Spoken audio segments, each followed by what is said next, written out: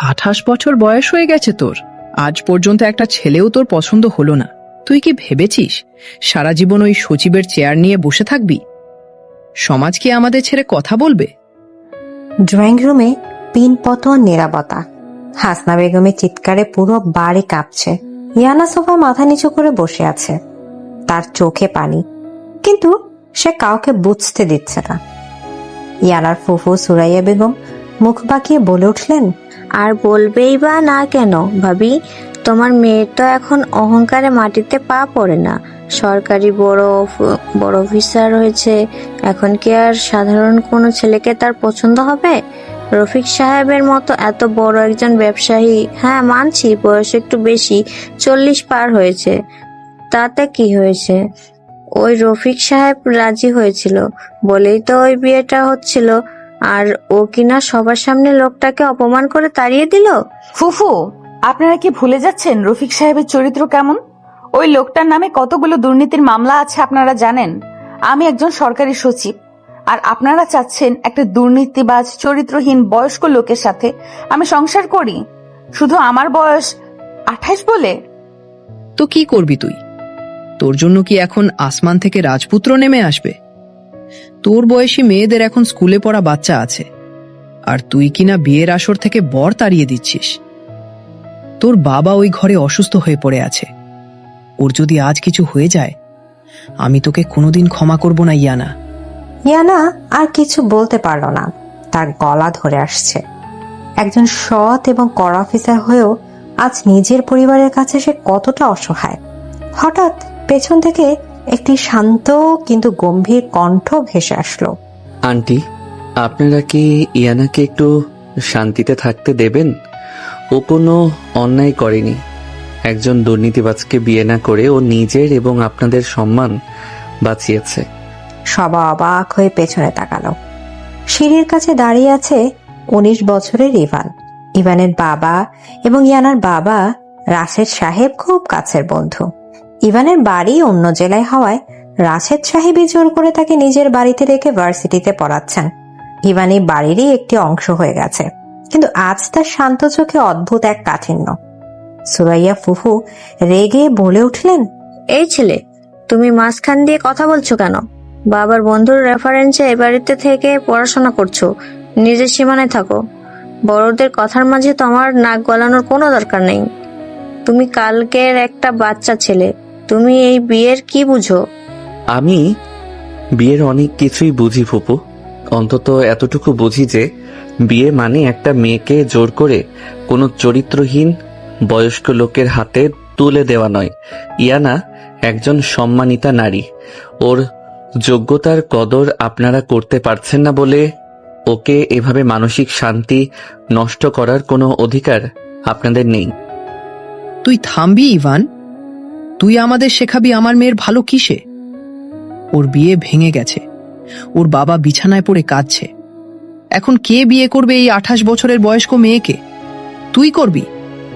এদিকে হাসনা বেগমের কথা শুনে ড্রয়িং রুমের সবাই থমকে গেল।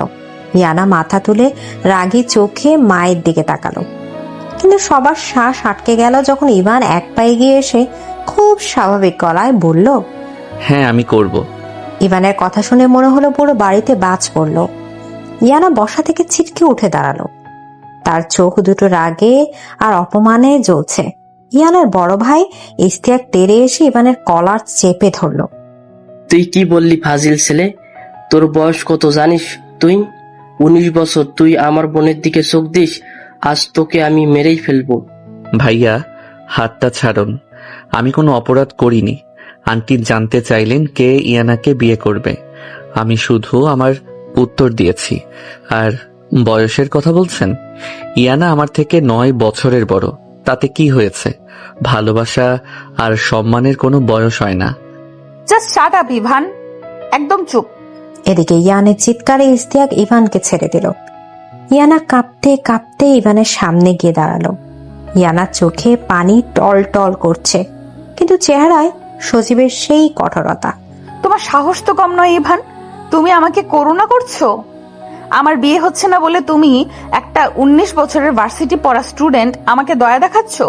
আমি ইয়ানা, এই শহরের সবাই আমার নাম শুনলে ভয় পায়, আর তুমি আমাকে সবার সামনে এভাবে অপমান করলে। আমি আপনাকে করুণা করছি না ইয়ানা, আমি আপনাকে সম্মান করি। আর আমি জানি এই মুহূর্তে এই বাড়িতে আমার থেকে বেশি আপনাকে আর কেউ সম্মান করে না। আপনি রফিক সাহেবকে তাড়িয়ে দিয়েছেন কারণ আপনি নিজের আত্মসম্মান বিকিয়ে দিতে চাননি। আমি আপনাকে বিয়ে করতে চাইছি কারণ আমি আপনার সেই আত্মসম্মানকে আজীবন রক্ষা করতে চাই। ওরে আমার রোমিও রে, নিজের পকেটে 10 টাকা নেই, সে আসছে সচিব বউ পালতে। আরে ইয়ানার 1 মাসের মেকআপের খরচ চালানোর মুরদ আছে তোর? ফুফু, ইয়ানা নিজের খরচ নিজেই চালাতে পারে। ওর আমার টাকার দরকার নেই। ওর দরকার এমন একজনকে যে দিন শেষে ওর ক্লান্ত মাথাটা নিজের বুকে টেনে নিতে পারবে, যে ওকে এটা বোঝাবে না যে ওর বয়স 28 হয়ে গেছে, বরং এটা বোঝাবে যে সে কতটা মূল্যবান। ইভানের কথা শুনে ইয়ানা থমকে গেল। এই ছেলেটা এত সুন্দর করে কথা বলতে পারে? ইয়ানার বুকের ভেতরটা অদ্ভুত ভাবে কেঁপে উঠল। হঠাৎ ইয়ানার বাবা রাশেদ সাহেব কাঁপতে কাঁপতে ঘর থেকে বেরিয়ে আসলেন। ওনার অবস্থা খুবই খারাপ। ইভান, বাবা ইভান, তুই এদিকে আয়। রাশেদ সাহেব ধপ করে ফ্লোরে বসে পড়লেন। ইভান দৌড়ে গিয়ে ওনাকে ধরলো। ইয়ানাও দৌড়ে গেল। বাবা, বাবা তুমি ঠিক আছো? ইশতিয়াক ভাইয়া, জলদি ডাক্তার ডাকো। ডাক্তার লাগবে না মা, আমার সময় শেষ হয়ে আসছে। আমি শুধু একটা শান্তি নিয়ে মরতে চাই। তুই ইভানকে বিয়ে করবি ইয়ানা। ইভানের বাবা আমার সবসময় কাছের বন্ধু, সবচেয়ে কাছের বন্ধু। আমি জানি এই ছেলেটা তোকে কোনোদিন অসম্মান করবে না। ওর বয়স কম হতে পারে কিন্তু ওর মনটা অনেক বড়।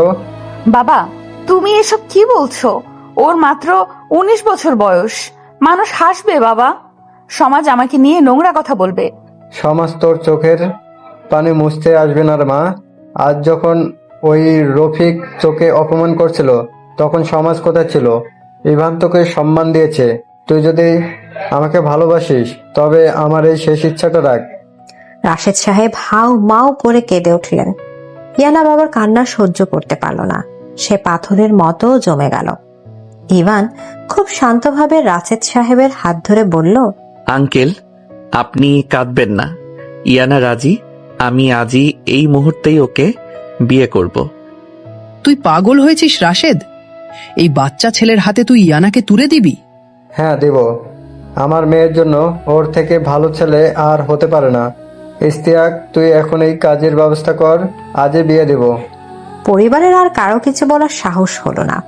ইয়ানা শুধু নীরবে চোখের পানি ফেলতে লাগলো। 1 ঘন্টার মধ্যে কাজে চলে আসলো। ইয়ানা কোনো মেকআপ করেনি, কোনো গহনাও পরেনি। সাধারণ একটি সুতির শাড়ি পরে সে কবুল বলল। ইভানও খুব গম্ভীর মুখে কবুল বলল। বিয়ে সম্পন্ন হওয়ার পর রাশেদ সাহেব শান্তিতে চোখ বন্ধ করলেন। ডাক্তার এসে ওনাকে ঘুম পাড়িয়ে দিল। রাত 12টা। ইয়ানার বেডরুম। ফুল দিয়ে বাসর ঘর সাজানো হয়নি। ঘরটা একদম সাধারণ। ইয়ানা জানালার কাছে দাঁড়িয়ে আছে। তার চোখে রাজ্যের শূন্যতা আর ক্লান্তি। হঠাৎ দরজার লক খোলার শব্দ হলো। ইয়ানার বুকটা ধক করে উঠল। ইভান রুমে প্রবেশ করলো। তুমি দরজার কাছে দাঁড়াও ইভান, 1 পাও সামনে আসবে না। ইভান শান্তভাবে দরজাটা বন্ধ করলো। ইয়ানা ঘুরে দাঁড়ালো। তার চোখে আগুন। তুমি কি ভেবেছো ইভান, তুমি আমার বাবার ইমোশনাল ব্ল্যাকমেইলকে কাজে লাগিয়ে আমাকে বিয়ে করে ফেললে আর আমি সব মেনে নেব? তুমি আমার থেকে 9 বছরের ছোট। তুমি আমার কাছে একটা বাচ্চা ছাড়া আর কিছুই না। আমি জানি ইয়ানা, আমি আপনার থেকে বয়সে ছোট, কিন্তু আমি তো আপনাকে বয়সের দোহাই দিয়ে বিয়ে করিনি। তাহলে কেন করছো?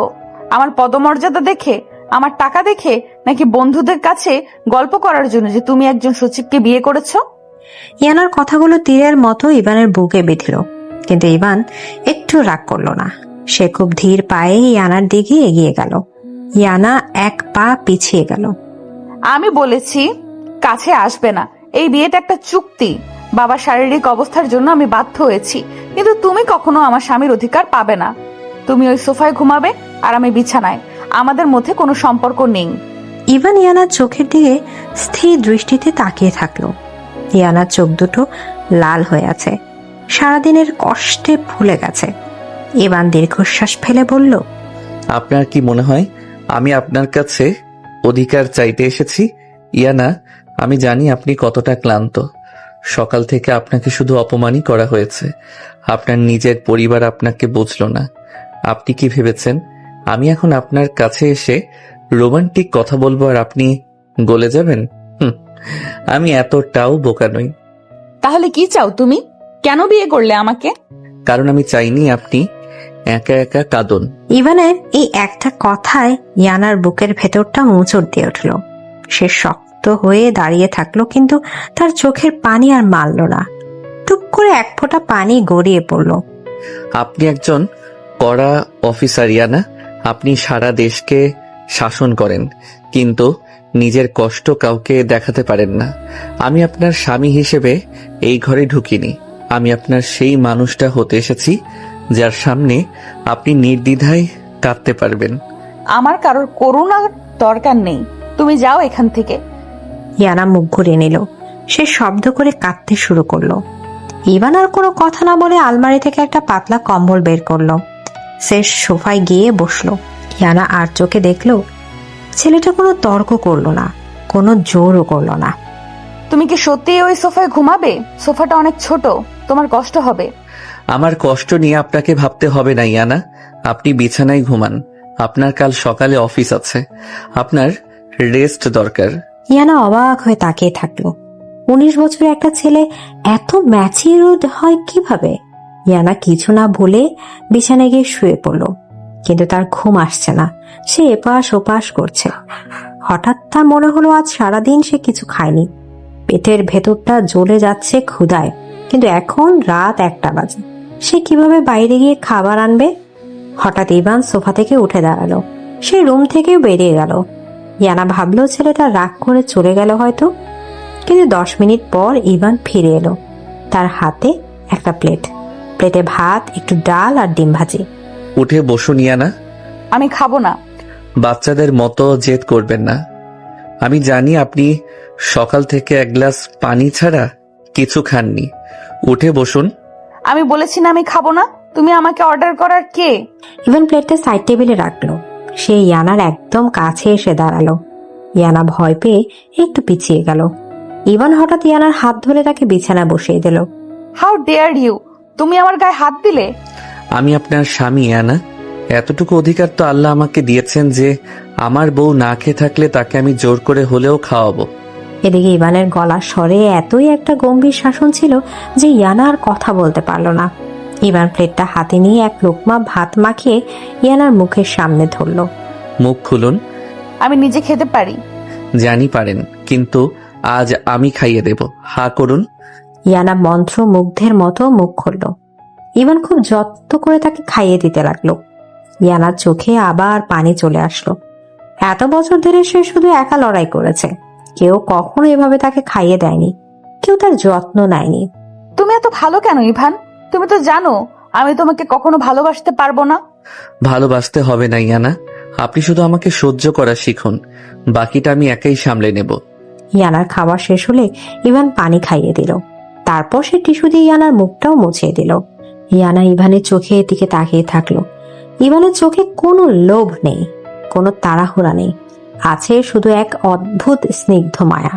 এবার ঘুমান, অনেক রাত হয়েছে। ইভান লাইট অফ করে দিল। শুধু একটা ডিম লাইট জ্বলছে। ইভান আবার সোফায় গিয়ে শুলো। ইয়ানা বিছানায় শুয়ে ইভানের দিকে তাকিয়ে থাকলো। ছেলেটা সোফায় গুটি সুটি মেরে শুয়ে আছে। ইয়ানার বুকের ভেতরটা যেন হু হু করে উঠলো। আল্লাহ, তুমি আমার জীবনে কাকে পাঠালে? যে ছেলেটার আমার কাছে শাসন শোনার কথা, সে আজ আমাকে শাসন করে খাইয়ে দিল। এত সম্মান, এত মায়া আমি তো কখনো চাইনি। আমি কি পারবো এই 19 বছরের ছেলেটার সাথে সারা জীবন কাটাতে? আমার ইগো, আমার বয়স, আমার পদমর্যাদা সব কি এই ছেলেটার মায়ের কাছে হেরে যাবে? রাত গভীর হতে লাগলো। ইয়ানা অপলক দৃষ্টিতে ইভানের দিকে তাকিয়ে রইল। ইভান ততক্ষণে গভীর ঘুমে আচ্ছন্ন। ইয়ানা ধীরে ধীরে বিছানা থেকে উঠল। সে ধীর পায়ে ইভানের কাছে গেল। ছেলেটার নিষ্পাপ চেহারার দিকে তাকিয়ে ইয়ানার সব রাগ যেন পানি হয়ে গেল। ইয়ানা ইভানের গায়ের উপর থেকে পড়ে যাওয়া কম্বলটা খুব যত্ন করে ঠিক করে দিল। তুমি খুব বোকা ইভান, অনেক বোকা। আমার মতো একটা নিরস বয়স্ক মেয়ের জীবনের দায়িত্ব তুমি কেন নিলে? তুমি জানো না তুমি একটা আগুন হাতে নিয়েছো? ইয়ানা ইভানের কপালে পড়া চুলগুলো সরিয়ে দিল। হঠাৎ ঘুমের ঘোরে ইভান ইয়ানার হাতটা শক্ত করে চেপে ধরল। ইয়ানার পুরো শরীর কেঁপে উঠল। ইয়ানা, আপনি কাঁদবেন না, আমি আছি তো।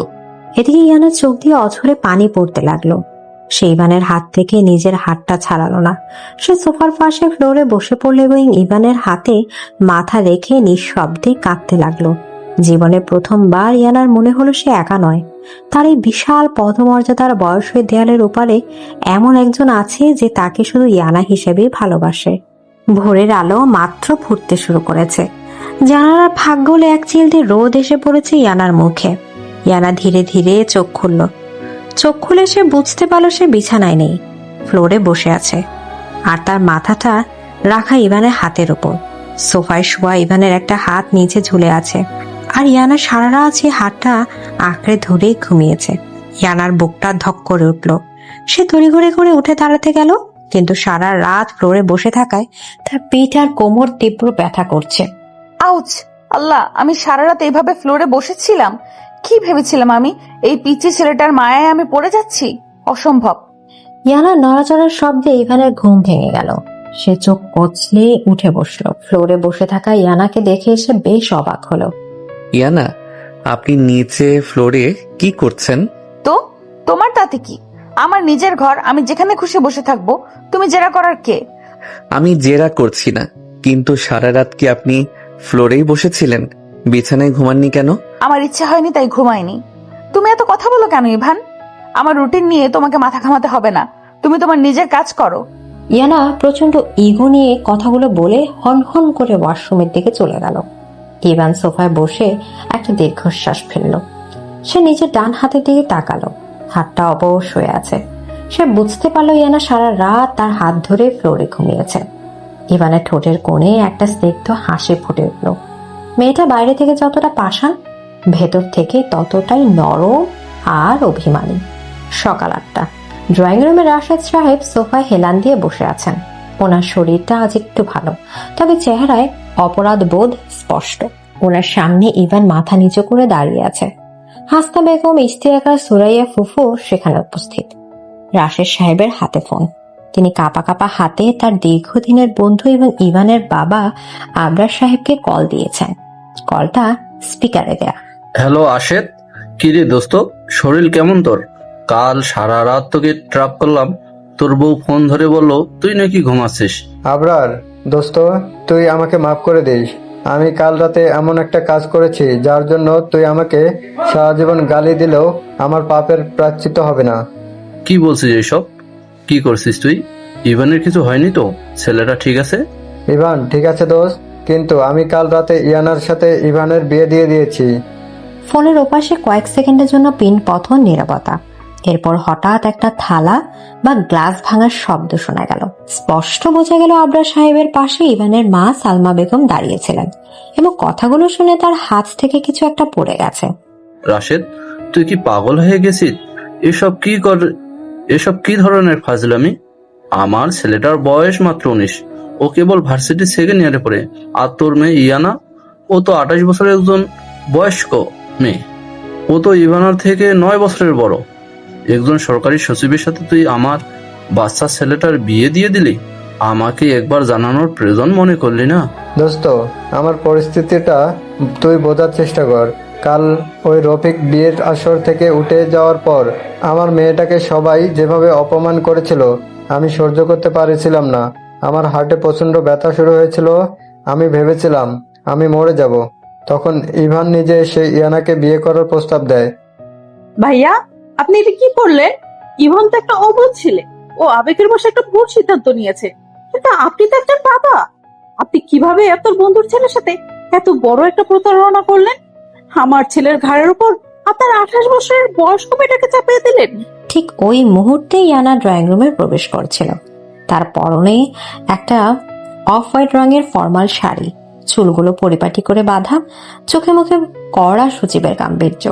কিন্তু সালমা বেগমের কথাগুলো তার কানে শিশার মতো বিঁধল। 28 বছরের বয়স্ক মেয়ে, শব্দগুলো তার ইগোতে চরম আঘাত করলো।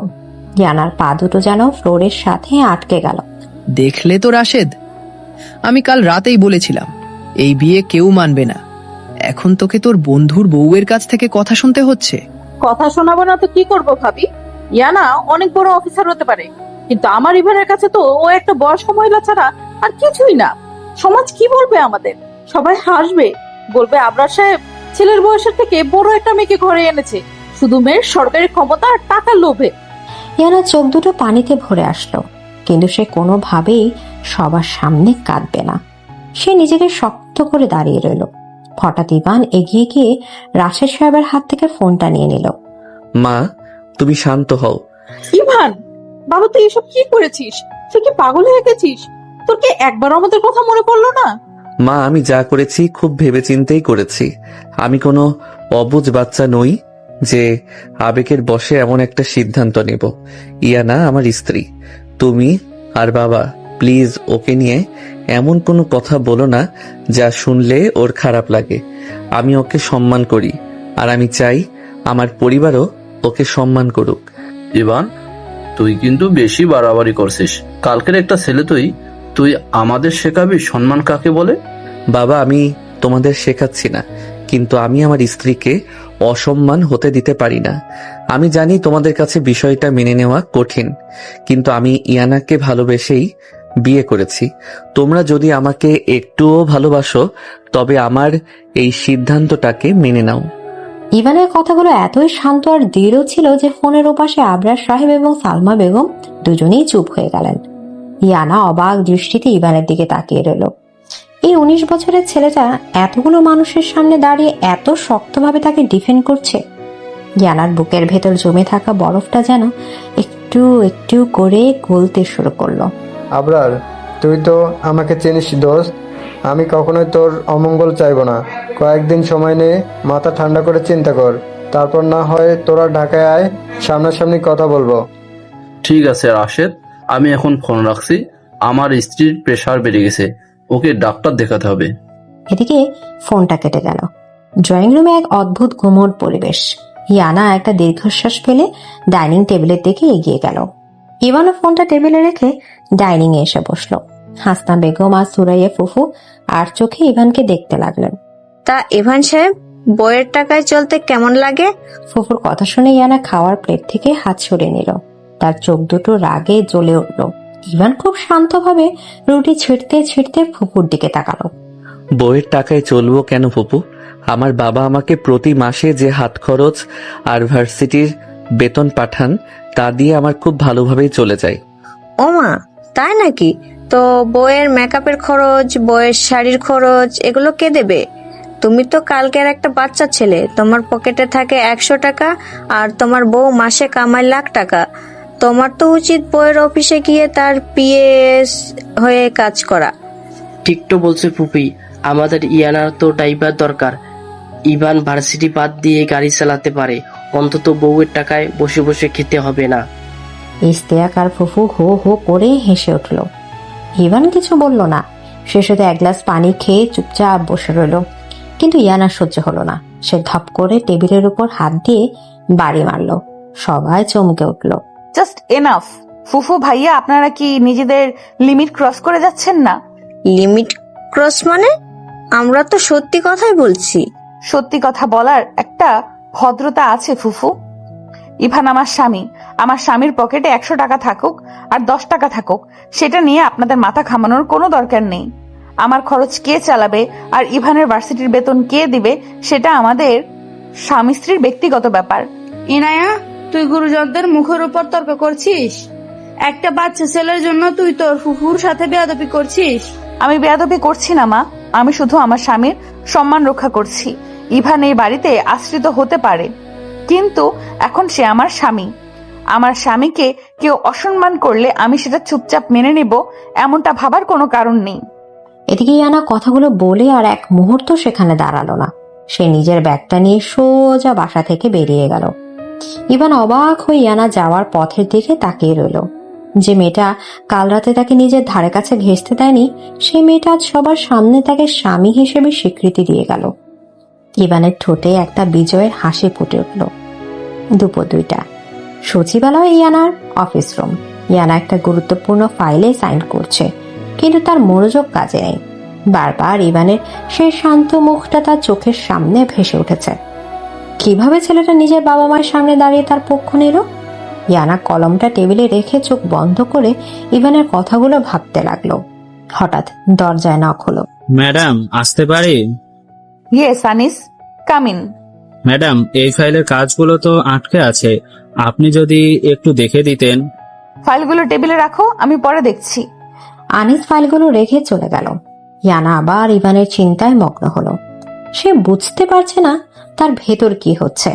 তার 28 বছরের জীবনে সে কখনোই কোনো পুরুষকে এত সম্মানজনকভাবে কথা বলতে দেখেনি। রফিক সাহেবের মতো টাকওয়ালা লোকরা যেখানে নারীদের শুধু পণ্য মনে করে, সেখানে 19 বছরের এই সাধারণ ছেলেটা নারীদের আত্মসম্মান বোঝে। ইয়ানার বুকের ভেতর একটা অদ্ভুত শিহরণ বয়ে গেল।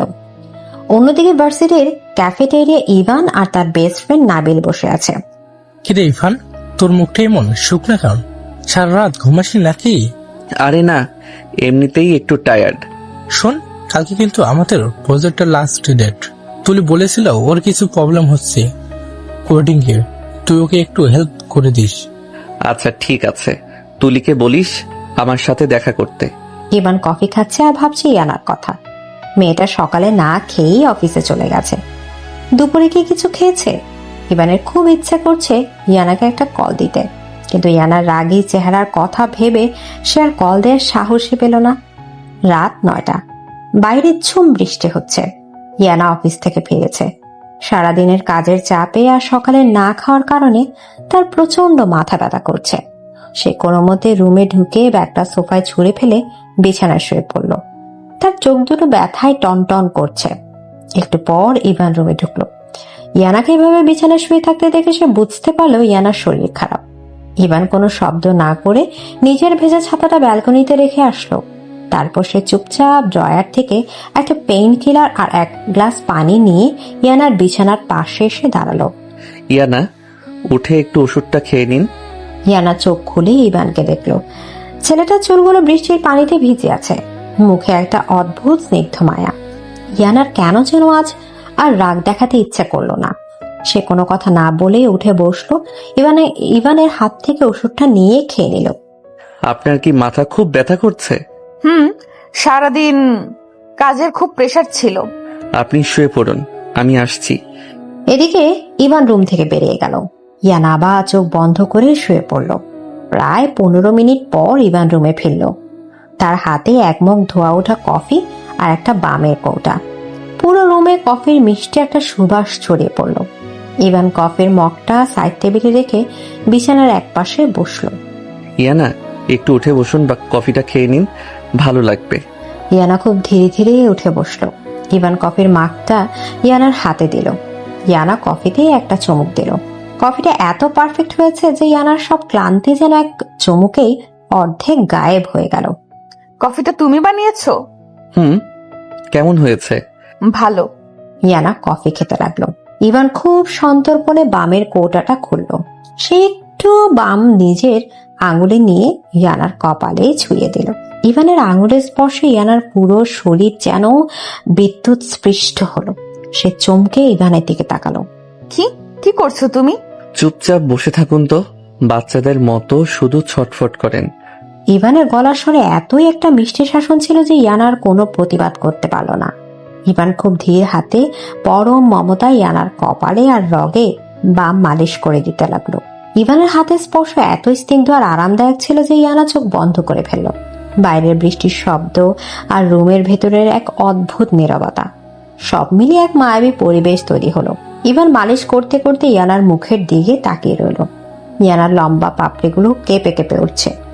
ইভানের বুকের ভেতর একটা তীব্র ঝড় শুরু হলো, কিন্তু সে নিজেকে নিয়ন্ত্রণ করে রাখলো। সে কোনোভাবেই ইয়ানার সীমানা অতিক্রম করতে চায় না। আপনি বড্ড অভিমানী ইয়ানা। ইয়ানা চোখ খুলল।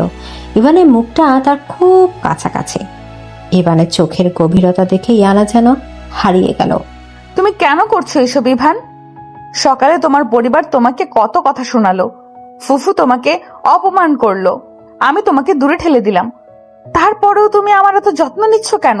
কারণ আমি যে দায়িত্বটা নিয়েছি সেটা কোনো ইগো বা জিদের বশে নেইনি। আমি আপনাকে ভালোবেসেই এই দায়িত্বটা নিয়েছি। আর ভালোবাসা কখনো অপমান বা দূরত্বের কারণে কমে যায় না, ইয়ানা। ইয়ানার চোখের কোণ বেয়ে এক ফোঁটা পানি গড়িয়ে পড়ল।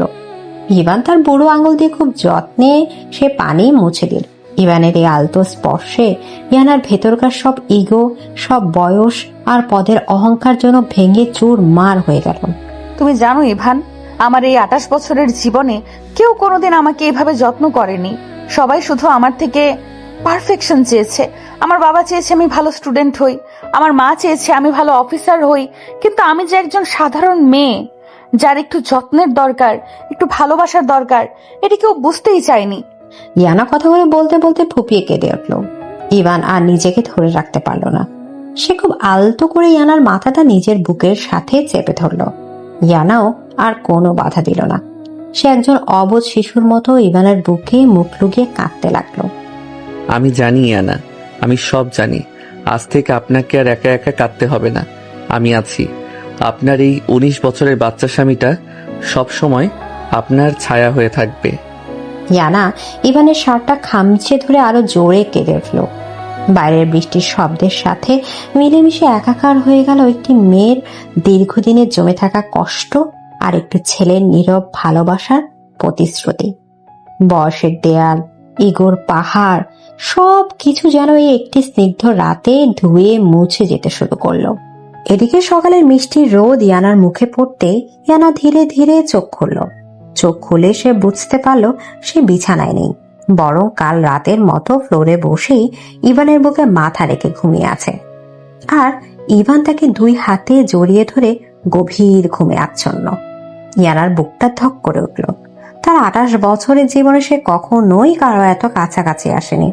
সে তড়িঘড়ি করে উঠে দাঁড়াতে গেলে ইভানের ঘুম ভেঙে গেল। ইভান চোখ কচলাতে কচলাতে অবাক হয়ে ইয়ানার দিকে তাকিয়ে বলল, ইয়ানা, আপনি এত সকালে উঠে পড়লেন আর আপনার চোখ মুখ এমন লাল হয়ে আছে কেন? শরীরে খারাপ লাগছে নাকি? তুমি আমাকে জড়িয়ে ধরছিলে কেন? তোমার সাহস তো কম না ইভান। আমি কাল রাতে একটু ইমোশনাল হয়ে পড়েছিলাম বলে তুমি সেই সুযোগ নেবে? তুমি কি ভুলে গেছো আমাদের মধ্যে কি কথা হয়েছিল? আমি কোনো সুযোগ নেইনি ইয়ানা। আপনি কাল রাতে নিজেই বাচ্চাদের মতো কাঁদছিলেন। আমি শুধু আপনাকে শান্ত করার চেষ্টা করেছি। আপনি সারা রাত ফ্লোরে বসেছিলেন। আপনার কোমরে ব্যথা হতে পারে। বিছানায় গিয়ে একটু বিশ্রাম নিন। আমার রুটিন নিয়ে তোমাকে ভাবতে হবে না। আমি একজন সচিব, আমার অনেক দায়িত্ব আছে। আমি তোমার মতো ভার্সিটি স্টুডেন্ট নই যে সকাল 10টা পর্যন্ত ঘুমাবো। তুমি নিজের চরকায় তেল দাও। ইয়ানা কথাগুলো বলে আর এক মুহূর্ত দাঁড়ালো না, হন হন করে ওয়াশরুমে চলে গেল। ইভান একটা দীর্ঘশ্বাস ফেলে সোফা থেকে উঠে নিজের জিনিসপত্র গোছাতে লাগলো। ইভান মনে মনে ভাবল, এই মেয়ের ইগোর পাহাড় ভাঙা এত সহজ হবে না, কিন্তু সেও হালছাড়া পাত্র নয়। বিকেল 5টা বেজে গেছে। ইয়ানা অফিস থেকে ফিরে কলিং বেল বাজাতেই ড্রয়িং রুমের ভেতর থেকে একটা অপরিচিত মেয়ের হাসির শব্দ শুনতে পেল। ইয়ানা ব্রু কুচকে দরজা খুলে ভেতরে ঢুকতেই দেখলো ইভানের পাশে বসে একটা মেয়ে ল্যাপটপে কি যেন দেখছে আর হাসতে হাসতে ইভানের কাঁধে হাত রাখছে। ইয়ানাকে দেখে ইভান দাঁড়িয়ে গেল। ইভান হাসি মুখে ইয়ানাকে দেখে বলল, ইয়ানা, আপনি ফিরে এসেছেন? আজ তো অনেক তাড়াতাড়ি চলে আসলেন। আপনার কি শরীর খারাপ? কে এই মেয়ে আর ও এখানে কি করছে? হ্যাঁ আপু, আমি তুলি, ইভানের ক্লাসমেট আর প্রজেক্ট পার্টনার। ইভান তো আমাকে আপনার কথা বলেছে, আপনি নাকি অনেক বড় সরকারি অফিসার। তা আপু, আপনি এত গাম্ভীর্য নিয়ে থাকেন কিভাবে? ইভান তো সারাদিন আমাদের সাথে কত হাসাহাসি করে, আর আপনি তো একদম রোবটের মতো। তুলির কথা শুনে ইয়ানার মাথায় যেন রক্ত উঠে গেল। আপু ডাকটা ইয়ানার কানে বিষের মতো লাগলো। তার বয়সের খোঁটা আবার এই মেয়েটা পরোক্ষভাবে দিচ্ছে। তার উপর ইভানের কাঁধে হাত রাখার বিষয়টা ইয়ানা কোনোভাবেই মেনে নিতে পারছিল না। ইয়ানা চোখ দুটো রাগে জ্বলতে লাগলো। ইয়ানা গম্ভীর গলায় বলল, আমি কি নিয়ে থাকি সেটা তোমাকে কৈফিয়ত দিতে হবে না। আর ইভান, তুমি কি জানো না এটা একটা বাড়ি? এখানে ভার্সিটির আড্ডাখানা বসানো আমি একদম পছন্দ করি না। তোমার কাজ থাকলে তুমি ভার্সিটিতে গিয়ে করো। আমার ড্রয়িং রুমে বসে বাইরের মানুষের সাথে হাসাহাসি করা আমার একদম অপছন্দ। ইয়ানা, তুলি আমার প্রজেক্টের কাজে সাহায্য করতে এসেছে। কালকে আমাদের সাবমিশন আছে, তাই ওকে আমি আসতে বলেছিলাম। আপনি প্লিজ রেগে যাবেন না। আপনি রুমে গিয়ে ফ্রেশ হয়ে নিন। আরে আপু, আপনি রেগে যাচ্ছেন কেন? ইভান তো আপনার থেকে অনেক ছোট। ও তো জাস্ট একটা ফ্রেন্ডের মতো। আমরা তো একসাথে পড়াশোনা করি, এখানে খারাপ কিছু তো নেই। Just shut up. আমি তোমার আপু নই, আমি ইভানের স্ত্রী। আর আমার স্বামীর পাশে বসে তুমি যেভাবে গায়ে পড়ে হাসাহাসি করছো সেটা আমার সহ্য হচ্ছে না। তুমি এক্ষুনি আমার বাড়ি থেকে বেরিয়ে যাও। ইয়ানার চিৎকার শুনে তুলি ভয় পেয়ে গেল। ইভানও অবাক হয়ে ইয়ানার দিকে তাকিয়ে থাকলো। ইভান কখনো ইয়ানাকে এমন অদ্ভুত ভাবে রিয়াক্ট করতে দেখেনি। তুলি তাড়াতাড়ি নিজের ব্যাগ গুছিয়ে নিয়ে কাঁদো কাঁধে মুখে বলল, ইভান, আমি আসছি। তুই কাল ভার্সিটিতে আসিস, বাকি কাজ ওখানেই করে নেব। সরি আপু, আমি বুঝতে পারিনি, আপনিও তো মাইন্ড করবেন। তুলি প্রায় দৌড়ে বাড়ি থেকে বেরিয়ে গেল। ড্রয়িং রুমে এখন পিন পতন নীরবতা। ইয়ানা রাগে কাঁপছে। তার মনে হচ্ছে সে সবকিছু ভেঙে চুরমার করে দেয়। ইভান খুব শান্ত পায়ে ইয়ানার সামনে এসে দাঁড়ালো। ইভান ইয়ানার চোখের দিকে স্থির দৃষ্টিতে তাকিয়ে বলল, এটা কেমন আচরণ ছিল ইয়ানা? তুলি আমার শুধু একজন ক্লাসমেট। ও আমাদের বাড়িতে মেহমান হয়ে এসেছিল, আর আপনি ওকে এভাবে অপমান করে বের করে দিলেন। আপনার কি মনে হয় না আপনি একটু বেশি রিয়্যাক্ট করে ফেলেছেন? আমি একটুও বেশি রিয়েক্ট করিনি। তোমার সাহস কি করে হয় অন্য একটা মেয়েকে আমার বাড়িতে এনে আমার সামনে তার সাথে হাসাহাসি করার? তুমি কি আমাকে সম্মান করতে জানো না ইভান? আমি আপনাকে যথেষ্ট সম্মান করি ইয়ানা, কিন্তু আপনি যেটা করলেন সেটা কি সম্মানের পর্যায়ে পড়ে? আপনি তুলিকে এভাবে তাড়িয়ে দিলেন কেন? আপনার কি সমস্যা হচ্ছিল? আমার সমস্যা হচ্ছিল কারণ ও তোমার গায়ে হাত দিচ্ছিল। তুমি বিবাহিত ইভান, তুমি কি সেটা ভুলে গেছো? তোমার কি কোনো কাণ্ডজ্ঞান নেই যে একটা মেয়ের সাথে কতটা দূরত্ব বজায় রেখে চলতে হয়? ও, তার মানে আপনি জেলাস ফিল করছিলেন?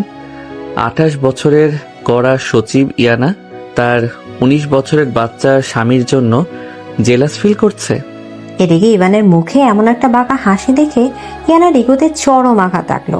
সে নিজেকে সামলে নিয়ে কঠিন গলায় বলল, don't be over smart Ivan. আমি জেলাস ফিল করতে যাব কেন? আমি তোমার স্ত্রী, আমার অধিকার আছে তোমাকে শাসন করার। আমি চাই না তুমি ওই মেয়েটার সাথে আর কোনোদিন কথা বলো। অধিকার? আপনি কি সত্যি আমাকে আপনার স্বামী হিসেবে মেনে নিয়েছেন ইয়ানা? কাল রাতে তো আপনি আমাকে সোফায় শুতে বলেছিলেন। কাল তো বলেছিলেন আমাদের মধ্যে কোনো সম্পর্ক নেই। আর আজ হঠাৎ করে এত অধিকার বোধ কোথা থেকে জন্ম নিল? ইভান, তুমি লিমিট ক্রস করছো। আমি যা বলেছি তুমি শুধু সেটাই শুনবে। আমি তোমার থেকে বয়সে বড়, আর আমি এই বাড়ির সবকিছুর দায়িত্ব নিই। তুমি আমার কথার অবাধ্য হবে না। আমি আপনার কথার অবাধ্য হচ্ছি না ইয়ানা, কিন্তু আমি আপনার রোবট নই যে আপনি যা বলবেন আমি তাই অন্ধের মতো মেনে নেব। আমি তুলির সাথে পড়াশোনার প্রয়োজনে কথা বলবো। এতে আপনার জেলাস ফিল হলে আমার কিছু করার নেই। ইভানের কথা শুনে ইয়ানার নিজেকে ধরে রাখতে পারল না। সে সোজা নিজের বেডরুমে চলে গেল এবং সজোরে দরজাটা বন্ধ করে দিল। ইভান ড্রয়িং রুমে দাঁড়িয়ে একটা মুচকি হাসি দিল। সে বুঝতে পেরেছিল ইয়ানার মনের ভেতর জমে থাকা বরফটা গলতে শুরু করেছে। এই জেলাসিটাই প্রমাণ করে ইয়ানা ইভানকে নিজের ভাবতে শুরু করেছে। রাত 8টা বেজে গেছে। ইয়ানা রুমের ভেতরে একা বসে আছে। তার ভেতরটা অজানা এক যন্ত্রণায় ছটফট করছে। সে কেন এত রেগে গেল? তুলি তো ইভানের বয়সী একটা মেয়ে। ইভানের তো তুলির সাথেই মানায়, তার মতো বয়স্ক একটা নিরস মেয়ের সাথে নয়। ইয়ানার চোখ থেকে টুক করে এক ফোঁটা পানি গড়িয়ে পড়ল। এমন সময় দরজা খুলে ইভান রুমে ঢুকলো। ইভানের হাতে এক মগ কফি। ইভান কফিটা টেবিলে রেখে ইয়ানার দিকে তাকিয়ে বলল, কফিটা খেয়ে নিন ইয়ানা। আপনার মাথা ব্যথা করছে আমি জানি, সারাদিন তো কিছু খাননি। আমার কফি লাগবে না, তুমি যাও এখান থেকে। তুমি তোমার ওই তুলির কাছে যাও। আমার কাছে কেন এসেছো? আপনি কি এখনো রাগ করে আছেন? আমি তো আপনাকে আগেই বলেছি তুলি শুধু আমার ক্লাসমেট। আপনি শুধু শুধু এত হাইপার হচ্ছেন। আমি হাইপার হচ্ছি? তুমি কি বোঝো না ইভান, যখন ওই মেয়েটা তোমাকে সে হাসছিল আমার কেমন লাগছিল তুমি জানো? তুমি জানো না, কারণ তুমি তো একটা বাচ্চা ছেলে। তুমি কি বুঝবে স্বামী স্ত্রীর সম্পর্কের মানে? ইয়ানার কথা শেষ হওয়ার আগে ইভান এক পা এগিয়ে এসে ইয়ানার 2 হাত শক্ত করে চেপে ধরল। ইয়ানা চমকে উঠে ইভানের চোখের দিকে তাকালো। ইভানের সেই শান্ত চোখে এখন একটা অদ্ভুত তীব্রতা কাজ করছে। ইভান ইয়ানাকে আলতো করে টেনে আলমারির সাথে আটকে দিল। ইয়ানার নিঃশ্বাস ঘন হয়ে আসতে লাগলো। ইভান খুব ধীর এবং গম্ভীর গলায় বলল, আমি বাচ্চা ছেলে নই ইয়ানা, আর স্বামী স্ত্রীর সম্পর্কের মানে আমি আপনার থেকে অনেক ভালো বুঝি। আপনি যদি সত্যি আমাকে নিজের স্বামী মনে করেন তবে এই বয়সের দোহাই দেওয়াটা বন্ধ করুন। আপনি বারবার আমাকে বাচ্চা বলে আমার আত্মসম্মানকে ছোট করছেন। ছাড়ো আমাকে ইভান, কি করছো তুমি? কেউ দেখে ফেলবে। কে দেখবে? এটা আমাদের বেডরুম ইয়ানা, আর আপনি তো আমার স্ত্রী। আপনাকে ছোঁয়ার পূর্ণ অধিকার আমার আছে। আপনি কি সত্যিই চান আমি তুলির কাছে ফিরে যাই? না, তুমি কোথাও যাবে না, তুমি শুধু আমার কাছে থাকবে। ইয়ানার মুখ ফসকে কথাগুলো বেরিয়ে আসতেই সে লজ্জায় চোখ নামিয়ে নিল। ইভান ইয়ানার এই রূপ দেখে মুগ্ধ হয়ে গেল। কড়া সচিব ইয়ানা এখন তার সামনে একটা অবুঝ অভিমানী মেয়ের মতো দাঁড়িয়ে আছে। ইভান তার ডান হাতটা তুলে ইয়ানার কপালে পড়া চুলগুলো আলতো করে সরিয়ে দিল। ইভানের আঙুলের স্পর্শে ইয়ানার পুরো শরীর কেঁপে উঠল। ইভান খুব ফিসফিস করে বলল, আমি কোথাও যাব না ইয়ানা, আমি শুধু আপনার কাছেই থাকতে চাই। কিন্তু আপনি কি আমাকে আপনার মনের ওই জায়গাটা দেবেন যেখানে আমি কোনো 19 বছরের স্টুডেন্ট নই, শুধু আপনার ভালোবাসার মানুষ হতে পারবো? তুমি বোঝো না ইভান, আমার খুব ভয় করে। সবাই আমাকে বয়স্ক বলে খোঁটা দেয়। ওই মেয়েটাও আমাকে আজ আপু বলে অপমান করলো। তুমি তো অনেক ছোট। তুমি কি সারা জীবন আমার এই বয়সের ভার নিতে পারবে, নাকি একদিন ওই তুলির মতো কোনো ইয়াং মেয়েকে দেখে আমাকে ছেড়ে চলে যাবে? ইয়ানা, আমার চোখের দিকে তাকান। ইয়ানা ধীরে ধীরে চোখ তুলে ইভানের দিকে তাকালো। ইভানের চোখের গভীরতায় কোনো মিথ্যে নেই, আছে শুধু এক বিশুদ্ধ মায়া। ইভান ইয়ানার গালে আলতো করে হাত রেখে বলল, আমার কাছে আপনার বয়স 28 নয়, আমার কাছে আপনি শুধু ইয়ানা, আমার ইয়ানা, যার একটু রাগ বেশি, ইগো বেশি, কিন্তু মনটা একদম কাচের মতো স্বচ্ছ। আমি তুলি বা অন্য কোনো মেয়ের দিকে তাকাতে যাব কেন? আমার পৃথিবী তো এই দুটো চোখের ভেতরেই আটকে আছে। ইভান, তুমি এত সুন্দর করে কথা বলো কিভাবে? তুমি কি জানো তুমি আমাকে পাগল করে দিচ্ছ? আমি আপনাকে পাগল করতে চাই না ইয়ানা, আমি শুধু আপনাকে ভালোবাসতে চাই। আপনি কি আমাকে সেই অধিকারটুকু দেবেন? ইয়ানার কোনো কথা বলতে পারল না। তার চোখের পানি বাঁধ ভেঙে গড়িয়ে পড়ল। কিন্তু এই পানি কষ্টের নয়, এ পানি প্রাপ্তির। ইয়ানা ধীরে ধীরে নিজের দুই হাত বাড়িয়ে ইভানের শার্টের কলার শক্ত করে খামচে ধরল এবং নিজের মাথাটা ইভানের বুকের উপর রাখল। ইভান তার দুই হাত দিয়ে ইয়ানাকে পরম মমতায় নিজের সাথে জড়িয়ে নিল। রুমের ভেতর একটা নীরব স্তব্ধতা, শুধু দুজনের ঘন নিঃশ্বাসের শব্দ শোনা যাচ্ছে। ইভান ইয়ানার চুলে নাক ঘষে তার মিষ্টি ঘ্রাণ নিতে লাগলো। ইয়ানা ইভানের বুকে মুখ লুকিয়ে ফিসফিস করে বলল, আমাকে কখনো একা করে দেবে না তো ইভান? আমি যে সহ্য করতে পারবো না। মরে গেলেও আপনাকে একা করব না ইয়ানা, আপনি শুধু আমার। ইভান আলতো করে ইয়ানার মাথাটা উঁচিয়ে ধরল। ইয়ানার ভেজা চোখের পাতাগুলো কাঁপছে। ইভান খুব ধীর গতিতে ইয়ানার কপালে একটা দীর্ঘ এবং সম্মানজনক চুম্বন করলো। ইয়ানা চোখ বন্ধ করে সেই স্পর্শটুকু নিজের আত্মার গভীরে অনুভব করতে লাগলো। তাদের দুজনের মাঝের বয়সের দেয়াল, ইগোর পাহাড় সবকিছু যেন আজ এই রুদ্ধতার রুমে ভালোবাসার কাছে চিরতরে হার মানল। ইভান ইয়ানার চোখের পানি মুছে দিয়ে তাকে বিছানায় বসালো এবং নিজে নিচে ফ্লোরে বসতে গেলে ইয়ানা ইভানের হাত টেনে ধরল। ইয়ানা লাজুক হেসে বলল, আজ আর ফ্লোরে বসতে হবে না ইভান, তুমি বিছানায় বসতে পারো। ইয়ানার কথা শুনে ইভানের ঠোঁটে এক ভুবন ভোলানো হাসি ফুটে উঠল। সে ইয়ানার পাশে বসে ইয়ানার হাতটা নিজের হাতের মুঠোয় শক্ত করে ধরে রাখলো। বাইরে রাতের অন্ধকার গাঢ় হচ্ছে, কিন্তু ইয়ানার ইভানের জীবনে আজ নতুন এক স্নিগ্ধ আলোর ভোর হলো। এদিকে ভোরের স্নিগ্ধ আলো জানলার পর্দা ভেদ করে ঘরের ভেতর প্রবেশ করেছে। ইয়ানা ধীরে ধীরে চোখ খুলল।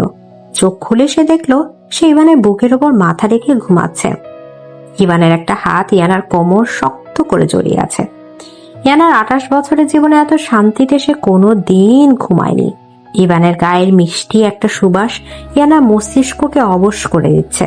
ইয়ানা চাইলে উঠে যেতে, কিন্তু ইভানের মায়াবী মুখের দিকে তাকিয়ে তার আর উঠতে ইচ্ছা করলো না। ইয়ানা মুগ্ধ দৃষ্টিতে ইভানের মুখের দিকে তাকিয়ে রইল। 19 বছরের একটা ছেলের মুখে এত মায়া কিভাবে থাকতে পারে? হঠাৎ ইভান ঘুমের ঘোরেই ইয়ানাকে আরো শক্ত করে নিজের বুকের সাথে চেপে ধরল। ইয়ানার শ্বাস আটকে আসার উপক্রম হলো। ইভান, এই ইভান, ছাড়ো আমাকে, সকাল হয়ে গেছে, কেউ দেখে ফেললে কি ভাববে? যে যা ভাবার ভাবুক, আমি আমার নিজের বউকে জড়িয়ে ধরে ঘুমাচ্ছি, অন্য কারো বউকে তো নয়। আপনি এত ছটফট করছেন কেন ইয়ানা? আর একটু ঘুমাতে দিন না। তুমি কি সারা রাত এইভাবেই আমাকে জড়িয়ে ধরেছিলে? তোমার কি একটু লজ্জা করে না ইভান? আমি তোমার থেকে 9 বছরের বড়, তুমি আমাকে এভাবে... আপনি আবার শুরু করলেন ইয়ানা? আমি তো আপনাকে কাল রাতেই বলেছিলাম আমার কাছে আপনার বয়স 28 নয়। আপনি শুধুই আমার ইয়ানা, আর বউকে জড়িয়ে ধরে ঘুমাতে আবার কিসের লজ্জা? আপনি কি চাইছিলেন আমি কাল রাতের মতো ফ্লোরে গিয়ে ঘুমাই? ফ্লোরে ঘুমাতে বলি কে? কিন্তু তাই বলি এইভাবে? আচ্ছা ছাড়ো আমাকে, আমাকে অফিসে যেতে হবে। আজ মন্ত্রণালয়ে খুব জরুরি একটা মিটিং আছে। তুমি আমাকে ছাড়বে নাকি আমি জোর করে উঠবো? জোর করে উঠতে গেলে আপনার কোমরে আবার ব্যথা লাগবে। কাল সারা রাত তো ফ্লোরে বসে বসে কোমর ব্যথা বাঁধিয়েছিলেন। এখন চুপচাপ আর ঠিক 10টা মিনিট আমার বুকে মাথা রেখে শুয়ে থাকুন। আমি ঠিক 10 মিনিট পর আপনাকে ছেড়ে দেব, কথা দিচ্ছি। তুমি দিন দিন খুব অবাধ্য হয়ে যাচ্ছ ইভান। আমার কোনো কথাই তুমি শুনতে চাও না। আমি একজন সরকারি সচিব, আমার সময়ের অনেক মূল্য আছে। আমি জানি ম্যাডাম সচিব, কিন্তু আমি তো আপনার অফিসের ফাইল নই যে আপনি চাইলেই আমাকে দূরে সরিয়ে রাখবেন। আমি আপনার স্বামী, আর আমার এই ছোট বুকে আপনার জন্য যে বিশাল ভালোবাসা জমে আছে, তার কাছে আপনার অফিসের ওই মিটিংয়ের কোনো মূল্য নেই। ইভানের কথা শুনে ইয়ানার গাল দুটো লজ্জায় লাল হয়ে গেল। ইয়ানার কোনো তর্ক করলো না। সে ইভানের বুকে মুখ লুকিয়ে চুপচাপ শুয়ে রইল। ইভানের বুকের ধুকপুক শব্দ ইয়ানার কানের কাছে একটা অদ্ভুত সুর তৈরি করেছে। 10 মিনিট পর ইভান ইয়ানাকে আলতো করে ছেড়ে দিল। ইয়ানা তড়িঘড়ি করে উঠে ওয়াশরুমে চলে গেল। ইভান বিছানায় শুয়ে ইয়ানার যাওয়ার দিকে তাকিয়ে একটা মিষ্টি হাসি দিল। সকাল 9টা, ডাইনিং টেবিলে সবাই নাস্তা করতে বসেছে। ইয়ানা একটা হালকা নীল রঙের শাড়ি পরেছে, চুলগুলো একটা ক্লিপ দিয়ে আটকানো। ইয়ানাকে আজ অন্য দিনের চেয়ে অনেক বেশি স্নিগ্ধ সতেজ লাগছে। সুরাইয়া ফুফু আর চোখে ইয়ানাকে দেখে মুখ বাঁকিয়ে কথা শুরু করলেন। তা ইয়ানা, আজ তো তোমাকে বেশ খুশি খুশি লাগছে, ব্যাপার কি? কাল রাতের ওই বাচ্চা ছেলের সাথে ঝগড়া কি মিটে গেল নাকি? আমি তো ভাবলাম তুমি ওই ছেলেকে কাল রাতেই বাড়ি থেকে বের করে দেবে। ফুফু, আপনি সকালে নাস্তা করতে বসেছেন, নাস্তা করুন। অন্যের ব্যক্তিগত ব্যাপার নিয়ে মাথা ঘামানোটা আপনার খুব পুরনো অভ্যাস। কিন্তু আমি চাই না আপনি আমার আর ইভানের ব্যাপার নিয়ে কোনো মন্তব্য করুন। মন্তব্য করব না কেন? তুই তো আমাদের পরিবারের মেয়ে। আর ওই ইভানটা কি? ও তো আমাদের বাড়িতে আশ্রিত একটা ছেলে। ওর নিজের কোনো যোগ্যতা আছে? 19 বছরের একটা ছেলে যে কিনা নিজের পড়াশোনার খরচটাও বাবার থেকে নেয়, সে তোকে কিভাবে সুখী করবে ইয়ানা? তুই তো ওর টাকায় একবেলা ভালো করে খেতেও পারবি না। এদিকে সুরাইয়া ফুফুর কথা শুনে ইয়ানার হাতের চামচটা প্লেটের উপর সজোরে আছড়ে পড়ল।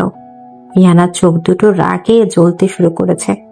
সে কিছু বলতে যাবে, ঠিক তখনই ইভান ডাইনিং রুমে প্রবেশ করলো। ইভান ফুফুর কথাগুলো শুনতে পেয়েছিল, কিন্তু তার মুখে কোনো রাগের ছাপ নেই।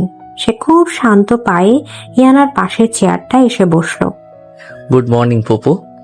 আপনি ঠিকই বলেছেন, আমি 19 বছরের একটা স্টুডেন্ট। আমার নিজের কোনো টাকা নেই। কিন্তু আপনি কি জানেন ফুপু, একজন মানুষকে সুখী করার জন্য শুধু পকেটে টাকা থাকলেই হয় না, বুকে একটা বড় মন থাকতে হয়। ইয়ানার নিজের অনেক টাকা আছে, ওর আমার টাকার কোনো দরকার নেই। ওর শুধু একটু সম্মান আর ভালোবাসার দরকার, যেটা আমি ওকে আমার পুরো জীবন দিয়ে দেব। বড় বড় কথা তো সবাই বলতে পারে ভান, কিন্তু দিন শেষে যখন ইয়ানা দেখবে ওর বন্ধুরা তাদের স্বামীদের সাথে দামি গাড়িতে ঘুরছে, দামি রেস্টুরেন্টে খাচ্ছে, আর তুই ওকে রিকশায় করে ঘোরাচ্ছিস, তখন ওর ওই ভালোবাসার জানালা দিয়ে পালাবে।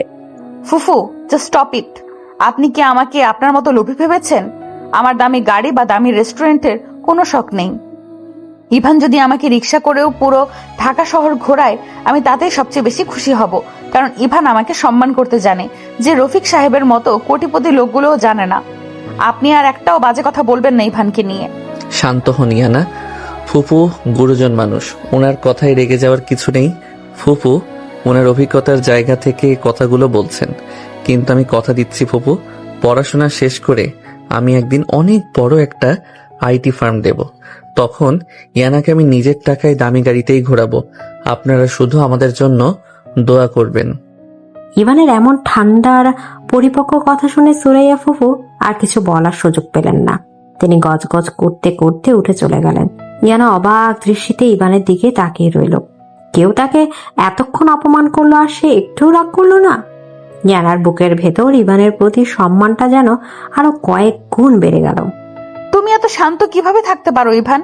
ফুফু তোমাকে এতগুলো কথা শোনালো, তুমি একটু রাগ করলে না? আমি তো রাগে কাঁপছিলাম। আমি রাগ করিনি, কারণ আমি জানি আপনি আমার পাশে আছেন। আপনি যখন সবার সামনে আমাকে নিজের স্বামী হিসেবে স্বীকৃতি দিলেন, আমাকে ডিফেন্ড করলেন, তখন আমার মনে হলো আমি পৃথিবীর সবচেয়ে ধনী মানুষ। ইয়ানা, আপনি আমার জন্য যা করেছেন তার কাছে ফুপুর ওই দুটো কথার কোনো মূল্য নেই। আপনি তাড়াতাড়ি নাস্তাটা শেষ করুন, আপনাকে অফিসে যেতে হবে। তুমি খাবে না? এসো আমার সাথে বসে খাও। আপনি খাইয়ে দিলে খেতে পারি, নিজের হাতে খেতে আজ একদম ইচ্ছে করছে না। ইয়ানা প্রথমটায় একটু থতমত খেয়ে গেল। ডাইনিং রুমে যদিও তার কেউ নেই, কিন্তু এমন খোলা জায়গায় ইভানকে খাইয়ে দিতে ইয়ানার ভীষণ লজ্জা লাগছিল। কিন্তু ইভানের চোখের এই মায়া ভরা চাহনি ইয়ানা এড়াতে পারল না। কিন্তু সে নিজের প্লেট থেকে এক লোকমা খাবার তুলে ইভানের মুখের সামনে ধরল। ইভান হাসি মুখে খাবারটা খেয়ে নিল। ইয়ানার মনে হলো তার 28 বছরের জীবনে এর চেয়ে সুন্দর সকাল আর কোনোদিন আসেনি। দুপুর 1টা, সচিবালয় ইয়ানার অফিস। ইয়ানা আজ একটা খুব গুরুত্বপূর্ণ মিটিং এ ব্যস্ত। অফিসে কাজের এত চাপ যে তার মাথা ব্যথা শুরু হয়ে গেছে। সে তার পার্স চেক করে দেখলো তার মাথা ব্যথার ওষুধটা সে বাড়িতে ফেলে এসেছে। এদিকে তার জরুরি একটা ফাইলও সে আনতে ভুলে গেছে। ইয়ানা তার পিএস আনিসকে ডাকলো। আনিস, আমার আজ খুব মাথা ব্যথা করছে, আর আমি নীল রঙের ওই জরুরি ফাইলটাও বাড়িতে ফেলে এসেছি। তুমি কি একটু কষ্ট করে আমার বাড়িতে গিয়ে ফাইলটা আর আমার ওষুধটা নিয়ে আসবে?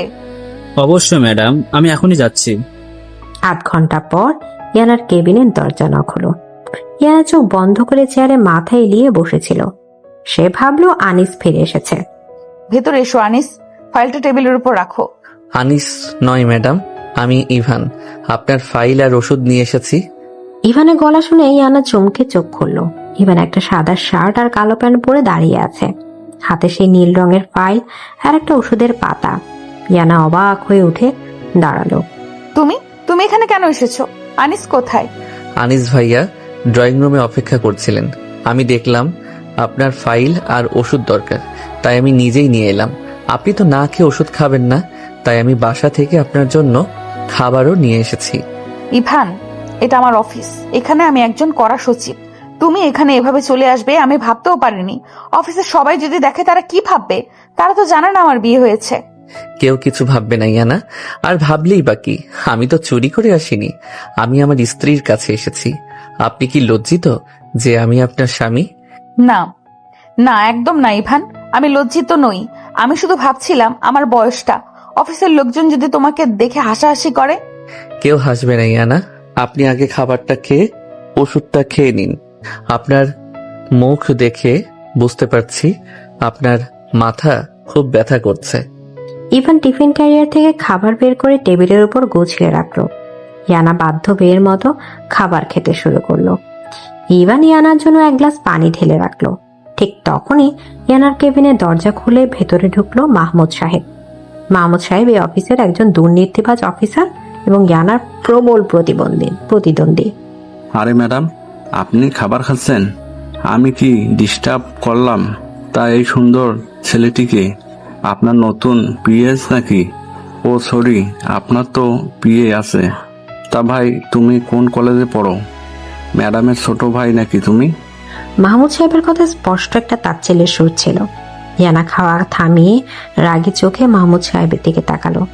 ইয়ানা কিছু বলতে যাবে তার আগে ইভান খুব মিষ্টি করে হেসে মাহমুদ সাহেবের দিকে ঘুরে দাঁড়ালো। আমি ইয়ানার ছোট ভাই নই স্যার, আমি ওর স্বামী। আমার নাম ইভান, আর আমি কলেজে পড়ি না, ইউনিভার্সিটিতে পড়ি। স্বামী? ওহো মাই গড। ম্যাডাম, আপনি বিয়ে করছেন আর আমাদের কাউকে জানাননি? তা ম্যাডাম, আপনি কি নিজের জন্য একটা বাচ্চা ছেলেকে পছন্দ করলেন? আপনার তো বয়স কম হয়নি। তা ভাই ইভান, তুমি কি ম্যাডামের টাকায় পকেট মানি চালাও? মাহমুদ সাহেব, আপনার মুখ সামলে কথা বলুন। এটা আমার ব্যক্তিগত কেবিন। আপনি আমার স্বামীকে অপমান করার কোনো অধিকার রাখেন না। আপনি এক্ষুনি আমার কেবিন থেকে বেরিয়ে যান। ইয়ানা রাগে কাঁপছিল, কিন্তু ইভান ইয়ানার হাতটা ধরে তাকে ইশারা করলো শান্ত হতে। ইভান মাহমুদ সাহেবের চোখের দিকে স্থির দৃষ্টিতে তাকিয়ে খুব ঠান্ডা গলায় কথা বলতে শুরু করলো। মাহমুদ সাহেব, আপনি ইয়ানার বয়সের কথা তুলে ওকে অপমান করার চেষ্টা করছেন, কিন্তু আপনি কি জানেন একজন মানুষের আসল বয়স তার সার্টিফিকেটে থাকে না, থাকে তার পরিপক্কতায়। আপনি ইয়ানার থেকে বয়সে অনেক বড় হতে পারেন, কিন্তু ইয়ানার মতো সততা আর সাহস আপনার নেই। ইয়ানা নিজের যোগ্যতায় এই চেয়ারে বসেছে, আর আমি ওর স্বামী হতে পেরে গর্বিত। আমি ওর টাকায় চলি কিনা সেটা আপনার জানার বিষয় নয়, কিন্তু আমি এইটুকু জানি, আমি কখনো আপনার মতো দুর্নীতির টাকায় চলবো না। ইয়ানার স্বামী হওয়ার জন্য বয়সের প্রয়োজন নেই, যোগ্যতার প্রয়োজন, যেটা আমার আছে। এদিকে ইভানের এমন তীক্ষ্ণ আর সরাসরি অপমানে মাহমুদ সাহেবের মুখটা কালো হয়ে গেল। তিনি আর একটা কথাও না বলে মাথা নিচু করে কেবিন থেকে বেরিয়ে গেলেন। ইয়ানা মন্ত্রমুগ্ধের মতো ইভানের দিকে তাকিয়ে রইল। এই ছেলেটার কাছে বয়সের কোনো মানেই নেই। সে তার বুদ্ধিমত্তা আর ব্যক্তিত্ব দিয়ে যে কোনো মানুষকে চুপ করে দিতে পারে। ইয়ানার চোখের কোণে এক ফোঁটা আনন্দের জল চিকচিক করে উঠল। তুমি এত নিখুঁত কেন ইভান? তুমি আজ যেভাবে মাহমুদ সাহেবকে জবাব দিলে, আমি হয়তো এত সুন্দর করে গুছিয়ে বলতে পারতাম না। তুমি আমাকে আজ কতটা গর্বিত করেছো তুমি জানো? আমি নিখুঁত নই ইয়ানা, আমি শুধু আপনাকে ভালোবাসতে জানি। আর কেউ আমার ইয়ানাকে অপমান করবে আর আমি সেটা চুপচাপ দাঁড়িয়ে দেখব, এটা তো হতে পারে না। আপনি আপনার ওষুধটা খেয়ে নিন, আমি এবার ভার্সিটিতে যাব। তুমি আমাকে ছেড়ে চলে যাবে? আমার যে তোমাকে ছাড়া এখন একদম ভালো লাগছে না ইভান। তুমি কি আমার সাথে আর কিছুক্ষণ থাকতে পারো না? ম্যাডাম সচিব, আপনার অফিসে কাজ আছে, আপনি মন দিয়ে কাজ করুন। আমি রাতে তাড়াতাড়ি বাড়ি চলে আসব, কথা দিচ্ছি। এদিকে ইভান ইয়ানার কপালে আলতো করে একটা চুমু দিয়ে কেবিন থেকে বেরিয়ে গেল। ইয়ানা নিজের কপালে সেই জায়গায় হাত দিয়ে অনেকক্ষণ চোখ বন্ধ করে বসে রইল। তার মনে হতে লাগলো ইভান যেন তার সারা জীবনের জন্য একটা আশীর্বাদ হয়ে এসেছে। রাত 10টা, বাইরে টিপটিপ করে বৃষ্টি পড়ছে। ইয়ানা আর ইভান তাদের বেডরুমে বসে আছে। ইভান একটা বই পড়ছে আর ইয়ানা ইভানের চুলের ভেতর হাত বিলি কেটে দিচ্ছে। ইয়ানার চোখে আজ কোনো ক্লান্তি নেই, আছে শুধু এক বিশাল শান্তি আর প্রাপ্তির আনন্দ। ইভান, তুমি কি জানো তুমি আমার জীবনের সবচেয়ে বড় সারপ্রাইজ? আমি কখনো ভাবিনি আমার মতো একটা নিরস মেয়ের জীবনে তোমার মতো এমন একটা রোমান্টিক মানুষ আসবে। আমি রোমান্টিক কিনা জানি না ইয়ানা, তবে আমি এটা জানি যে আপনি নিরস নন। আপনি অনেক বেশি অভিমানী আর আবেগপ্রবণ। শুধু আপনার ওই ইগোর পাহাড়টা আপনাকে এতদিন আটকে রেখেছিল। তুমি সেই পাহাড়টা ভেঙে দিয়েছো ইভান। আজ অফিসে মাহমুদ সাহেবের সামনে তুমি যখন বললে তুমি আমার স্বামী হতে পেরে গর্বিত, আমার মনে হচ্ছিল আমি চিৎকার করে সারা পৃথিবীকে বলি, দেখো এই ছেলেটা শুধু আমার 19 বছরের বাচ্চা স্বামী, যে কিনা আমার 28 বছরের সব ইগো আর অহংকারকে নিজের ভালোবাসা দিয়ে ধুয়ে দিয়েছে। এদিকে বইটা বন্ধ করে ইয়ানার দিকে ঘুরে বসে। আপনি কি সত্যি আমাকে ভালোবেসে ফেলেছেন ইয়ানা? কাল সকাল পর্যন্ত তো আপনি আমাকে শুধু একটা আশ্রিত ছেলেই মনে করতেন। আমি বোকা ছিলাম ইভান, আমি শুধু সমাজ আর বয়সের কথা ভেবেছি। কিন্তু তুমি আমাকে শিখিয়েছো যে ভালোবাসায় কোনো নিয়ম বা বয়স মানে না। ইভান, আমার খুব ভয় করে জানো। তুমি এত ভালো, তুমি এত সুন্দর করে কথা বলো, ভার্সিটির কত মেয়ে তোমাকে হয়তো পছন্দ করে। ওই যে কালকের তুলি মেয়েটা, ওকে দেখলেই আমার ভেতরে কেমন যেন একটা আগুন জ্বলে ওঠে। আমি সহ্য করতে পারি না তুমি অন্য কোনো মেয়ের সাথে কথা বলো। আপনি সত্যি জেলাস ফিল করেন ইয়ানা? আপনার এই জেলাসিটা আমার খুব মিষ্টি লাগে, কিন্তু আপনার ভয় পাওয়ার কোনো কারণ নেই। আমার ভার্সিটিতে 1000টা মেয়ে থাকতে পারে, কিন্তু আমার বুকে শুধু একজনই আছে, আর সে হলো আমার এই কড়া সচিব বউটা।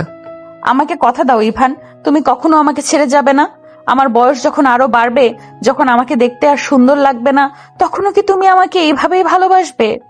আমি আপনার চেহারার প্রেমে পড়িনি ইয়ানা, আমি আপনার ওই অভিমানী মনটার প্রেমে পড়েছি। বয়স বাড়লে আপনার চেহারায় হয়তো বলিরেখা পড়বে, কিন্তু আমার ভালোবাসা আপনার জন্য আরো গভীর হবে। আমি কথা দিচ্ছি, আমার শেষ নিঃশ্বাস পর্যন্ত আমি শুধু আপনারই থাকবো। ইভানের কথা শুনে ইয়ানার চোখ দিয়ে অঝরে পানি পড়তে লাগলো। ইয়ানা নিজেকে আর ধরে রাখতে পারলো না। সে ইভানের বুকের উপর ঝাঁপিয়ে পড়লো এবং তাকে শক্ত করে জড়িয়ে ধরলো। ইভানও ইয়ানাকে নিজের 2 হাতের বাঁধনে আটকে নিল। বাইরের বৃষ্টির শব্দ আর রুমের ভেতরের এই নীরব হাহাকার মিলে মিশে এক অদ্ভুত মায়াবী পরিবেশ তৈরি করলো। ইয়ানা ইভানের বুকে মুখ লুকিয়ে বাচ্চাদের মতো কাঁদতে লাগলো। তুমি আমাকে পাগল করে দিলে ইভান। আমি যে তোমাকে কতটা ভালোবেসে ফেলেছি আমি নিজেও জানি না। আমি শুধু জানি তোমাকে ছাড়া আমি আর এক মুহূর্তও বাঁচতে পারবো না। আপনাকে বাঁচতেও হবে না ইয়ানা। আপনি শুধু এভাবেই আমার বুকে মাথা রেখে আপনার সব কষ্ট, সব ইগো আর সব অভিমান দূর করে দিন। আমি আপনার সব দায়িত্ব নিতে প্রস্তুত। এদিকে ইভান ইয়ানার মাথাটা আলতো করে উঁচু করে ধরলো। ইয়ানার ভেজা চোখের পাতাগুলো কাঁপছে। ইভানের চোখের গভীরতায় ইয়ানা নিজেকে হারিয়ে ফেললো। ইভান খুব ধীর এবং সম্মানজনকভাবে ইয়ানার কপালে, চোখে এবং গালে আলতো করে চুমো দিতে লাগলো। ইয়ানা চোখ বন্ধ করে ইভানের সেই স্নিগ্ধ ভালোবাসাগুলো নিজের আত্মার গভীরে অনুভব করতে লাগলো। কোনো তাড়াহুড়ো নেই, কোনো জোর নেই, আছে শুধু এক বিশুদ্ধ প্রেমেই নীরব আত্মসমর্পণ। বয়সের সব দেয়াল, সমাজের সব কটূক্তি আজ এই রুদ্ধতার ঘরে তাদের দুজনের ভালোবাসার কাছে চিরতরে মাথা নত করলো। ইভান ইয়ানাকে আরো শক্ত করে নিজের বুকের সাথে জড়িয়ে নিল। আর ইয়ানা বুঝতে পারলো সে তার জীবনের সবচেয়ে নিরাপদ আশ্রয়ে এসে পৌঁছেছে। সকাল থেকে ইয়ানাদের বাড়িতে বেশ উৎসব মুখর পরিবেশ। আজ ইয়ানার বাবা রাশেদ সাহেবের বিবাহ বার্ষিকী। শরীর খারাপ থাকলেও তিনি আজ খুব খুশি। ইয়ানা ড্রয়িং রুমে বসে অফিসের কিছু কাজ করছিল। ইভান ইয়ানার পাশে বসে ল্যাপটপে নিজের ভার্সিটির অ্যাসাইনমেন্ট করছিল। সুরাইয়া, ফুফু এবং কামাল ড্রয়িং রুমে প্রবেশ করলো। কামাল তাচ্ছিলের হাসি দিয়ে বলল, কি ব্যাপার ইয়ানা, তুমি তো দেখি অফিসের কাজও বাড়িতে নিয়ে এসেছো। তো তোমার এই বাচ্চা স্বামীটা কি করছে? ও কি তোমার পিএস হিসেবে কাজ শুরু করলো নাকি? ইয়ানা ল্যাপটপ থেকে চোখ সরিয়ে কামালের দিকে তাকালো। ইয়ানার চোখে বিরক্তি। ইভান শান্ত দৃষ্টিতে কামালের দিকে তাকে আবার নিজের কাজে মন দিল। ইয়ানা গম্ভীর গলায় বলল, ও আমার পিএস হতে যাবে কেন? ইভান ভার্সিটিতে পড়ে, ও নিজের পড়াশোনার কাজ করছে। তোমাদের সমস্যা কি? সমস্যা তো কিছুই নেই মা, তবে তোকে এত কাজ করতে দেখে খারাপ লাগে। অন্য মেয়েদের স্বামীরা তাদের কত আরামে রাখে, আর তোর কপালে জুটলো এমন এক স্বামী যাকে তোরই বসে বসে খাওয়াতে হচ্ছে। ভার্সিটিতে পড়ে তো কি হয়েছে, পড়াশোনার খরচ তো তোর টাকায় চলছে। ইভানের আঙুলগুলো ল্যাপটপের কিবোর্ডের উপর থেমে গেল। ইয়ানার বুকের ভেতরটা কেঁপে উঠল। সে জানে ইভান তার টাকায় চলে না। ইভানের পড়াশোনার খরচ তার বাবা দেয়, কিন্তু আজ বাড়িতে অনেক মেহমান। ইয়ানা যদি এখন ফুফুর সাথে তর্ক করে তবে পারিবারিক সম্মান নষ্ট হবে। ইয়ানা চুপ করে থাকলো। কামাল আবার বলে উঠল, ঠিকই বলেছো মা, এই বয়সের ছেলেরা বইয়ের টাকায় শপিং করে, বইয়ের টাকায় ভার্সিটিতে যায়। ইভান তো বেশ ভালোই বুদ্ধি হারিয়েছে। 29 বছরের একটা বয়স্ক মেয়েকে ফাঁসিয়ে নিজের জীবনটা গুছিয়ে নিল। এদিকে ইভান ল্যাপটপ বন্ধ করে উঠে দাঁড়ালো। ইভান ইয়ানার দিকে তাকালো। ইভানের চোখে একটা নীরব প্রশ্ন ছিল, ইয়ানা কি আজও তাকে সবার সামনে ডিফেন্ড করবে? ইয়ানা মাথা নিচু করে ল্যাপটপের স্ক্রিনের দিকে তাকিয়ে রইল। লোকলজ্জার পারিবারিক সম্মানের ইগো আজ ইয়ানাকে চুপ করিয়ে দিল। ইভানের চোখে মায়া ভরা দৃষ্টিটা মুহূর্তেই নিভে গেল। ইভান শান্ত গলায় বলল, ফুপু, আপনারা ঠিকই বলেছেন।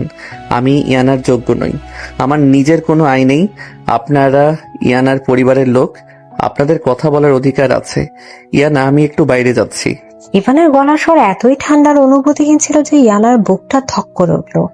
ইয়ানা মাথা তুলে ইভানের দিকে তাকাতে চাইল, কিন্তু ইভান তার আগে ড্রয়িং রুম থেকে বেরিয়ে গেল। কামাল হো হো করে হেসে উঠল। দেখলে মা, সত্যি কথা বলতে কেমন লেজ গুটিয়ে বললো এই বাচ্চা ছেলের কোনো আত্মসম্মান নেই। কামাল, তুমি এবার চুপ করো। ইভানের আত্মসম্মান আছে দেখেই ও তোমাদের কথার কোনো জবাব দেয়নি। ও বড়দের সম্মান করতে জানে। তুই এত রেগে যাচ্ছিস কেন ইয়ানা? আমরা তো তোর ভালোর জন্যই চাই। এই ছেলের সাথে তোর কোনো ভবিষ্যৎ নেই। তুই এখনো সময় থাকতে ওকে ডিভোর্স দিয়ে দে। রফিক সাহেব এখনো তোর জন্য অপেক্ষা করছেন। ইয়ানা আর এক মুহূর্ত সেখানে বসলো না। সে ল্যাপটপ বন্ধ করে নিজের বেডরুমে চলে গেল। বেডরুমে এসে ইয়ানার খুব অস্থির লাগতে শুরু করলো। ইভানের এই শূন্য দৃষ্টিটা ইয়ানার মস্তিষ্ককে পাগল করে দিচ্ছে। ইয়ানা বুঝতে পারলো আজ সে ইভানকে সাপোর্ট না করে অনেক বড় ভুল করেছে। দুপুর গড়িয়ে বিকেল হয়ে গেল। বাড়িতে অনুষ্ঠানের আয়োজন চলছে, কিন্তু ইভানের কোনো খোঁজ নেই। ইয়ানা বারবার ইভানের নাম্বারে কল করছে, কিন্তু ফোন বন্ধ বলছে। ইয়ানার বুকের ভেতরটা অজানায় ভয়ে কাঁপতে শুরু করলো। রাশেদ সাহেব ইয়ানাকে ডাকলেন। ইয়ানা মা, ইভান কোথায়? ওকে তো সকাল থেকে দেখছি না। আজ আমরা বিবাহ বার্ষিকী আর ও বাড়িতে নেই কেন? বাবা, ইভান ভার্সিটিতে গেছে, ওর একটা জরুরি অ্যাসাইনমেন্ট ছিল। আমি ওকে কল করছি, ও চলে আসবে। ইয়ানা মিথ্যা বলে নিজের ঘরে চলে আসলো। রাত 8টা বেজে গেল। অতিথিরা সবাই চলে এসেছে। ইয়ানা বারান্দায় দাঁড়িয়ে রাস্তার দিকে তাকিয়ে আছে। তার চোখে পানি টলটল করছে। হঠাৎ ইয়ানার ফোন বেজে উঠল। স্ক্রিনে ইভানের ভার্সিটির বন্ধু নাবিলের নাম্বার। ইয়ানা দ্রুত কল রিসিভ করলো। হ্যালো নাবিল, ইভান কোথায়? ও কি তোমার সাথে আছে? ওকে বলো জলদি বাড়িতে আসতে। আপু, ইভেন তো ভার্সিটির হোস্টেলে চলে এসেছে। ও নিজের সব জিনিসপত্র নিয়ে এসেছে। ও বলল ও নাকি এখন থেকে হোস্টেলেই থাকবে। নাবিলের কথা শুনে ইয়ানার হাতের ফোনটা প্রায় পড়ে যাচ্ছিল। ইয়ানার মনে হলো তার পায়ের নিচ থেকে মাটি সরে যাচ্ছে। ইভান বাড়ি ছেড়ে চলে গেছে। নাবিল, তুমি কি বলছো? ইভান কেন হোস্টেলে যাবে? তুমি প্লিজ ইভানের হাতে ফোনটা দাও, আমি ওর সাথে কথা বলবো। আপু, ইভান ফোন বন্ধ করে শুয়ে আছে। ও কারোর সাথে কথা বলতে চাইছে না। ওর মুখটা খুব ফ্যাকাশে হয়ে আছে। আপনারা কি ওকে কিছু বলেছেন? না নাবিল, আমি কিছু বলিনি। তুমি ওকে বলো আমি আসছি, আমি এক্ষুনি আসছি ওকে নিতে।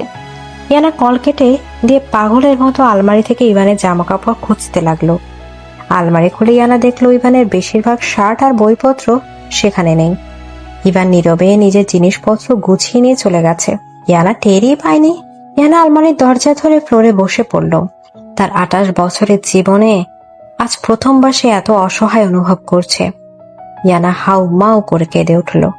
ইভান, তুমি আমাকে ছেড়ে চলে গেলে। আমি এত বড় ভুল কিভাবে করলাম? আমি কেন তখন ফুফুর মুখের উপরে জবাব দিলাম না? আমার ওই মিথ্যা ইগো আর বয়সের অহংকার আমাকে আজ শেষ করে দিল। রাত 10টা। বাড়ির সবাই খেতে বসেছে। ইয়ানা চোখ মুখ ধুয়ে স্বাভাবিক থাকার চেষ্টা করে ডাইনিং রুমে আসলো। হাসনা বেগম ইয়ানাকে দেখে বললেন, ইনায়া, ইভান কোথায়? ওকে তো সারাদিন দেখলাম না। ও কি রাগ করে চলে গেছে নাকি? না মা, ইভান ভার্সিটির একটা জরুরি প্রজেক্টের কাজে হোস্টেলে গেছে। কয়েকদিন ও হোস্টেলেই থাকবে। হোস্টেলে থাকবে মানে? বইয়ের টাকায় খেয়ে দে এখন হোস্টেলে গিয়ে নবাবি করছে। ওই ছেলে আর এই বাড়িতে ফিরবে না, তুই দেখে নিস ইয়ানা। ইয়ানা কোনো কথা না বলে নিজের ঘরেই চলে গেল। ঘরে ঢুকে ইয়ানা দরজা বন্ধ করে দিল। বিশাল এই বেডরুমটা আজ ইয়ানার কাছে একটা গৌরস্থানের মতো মনে হচ্ছে। বিছানা যে পাশটা ইভান ঘুমাতো সেই পাশটা একদম ফাঁকা। ইয়ানা ধীরে পায়ে বিছানার কাছে গেল। ইভানের ফেলে যাওয়া একটা সাদা শার্ট বিছানার উপর পড়ে আছে। ইয়ানা শার্টটা হাতে নিল। শার্টটা থেকে ইভানের গায়ের সে মিষ্টি সুবাস আসছে। ইয়ানা শার্টটা নিজের বুকে জড়িয়ে ধরে বিছানায় শুয়ে পড়ল। তার চোখের পানি বাঁধ ভেঙে গড়িয়ে পড়তে লাগলো।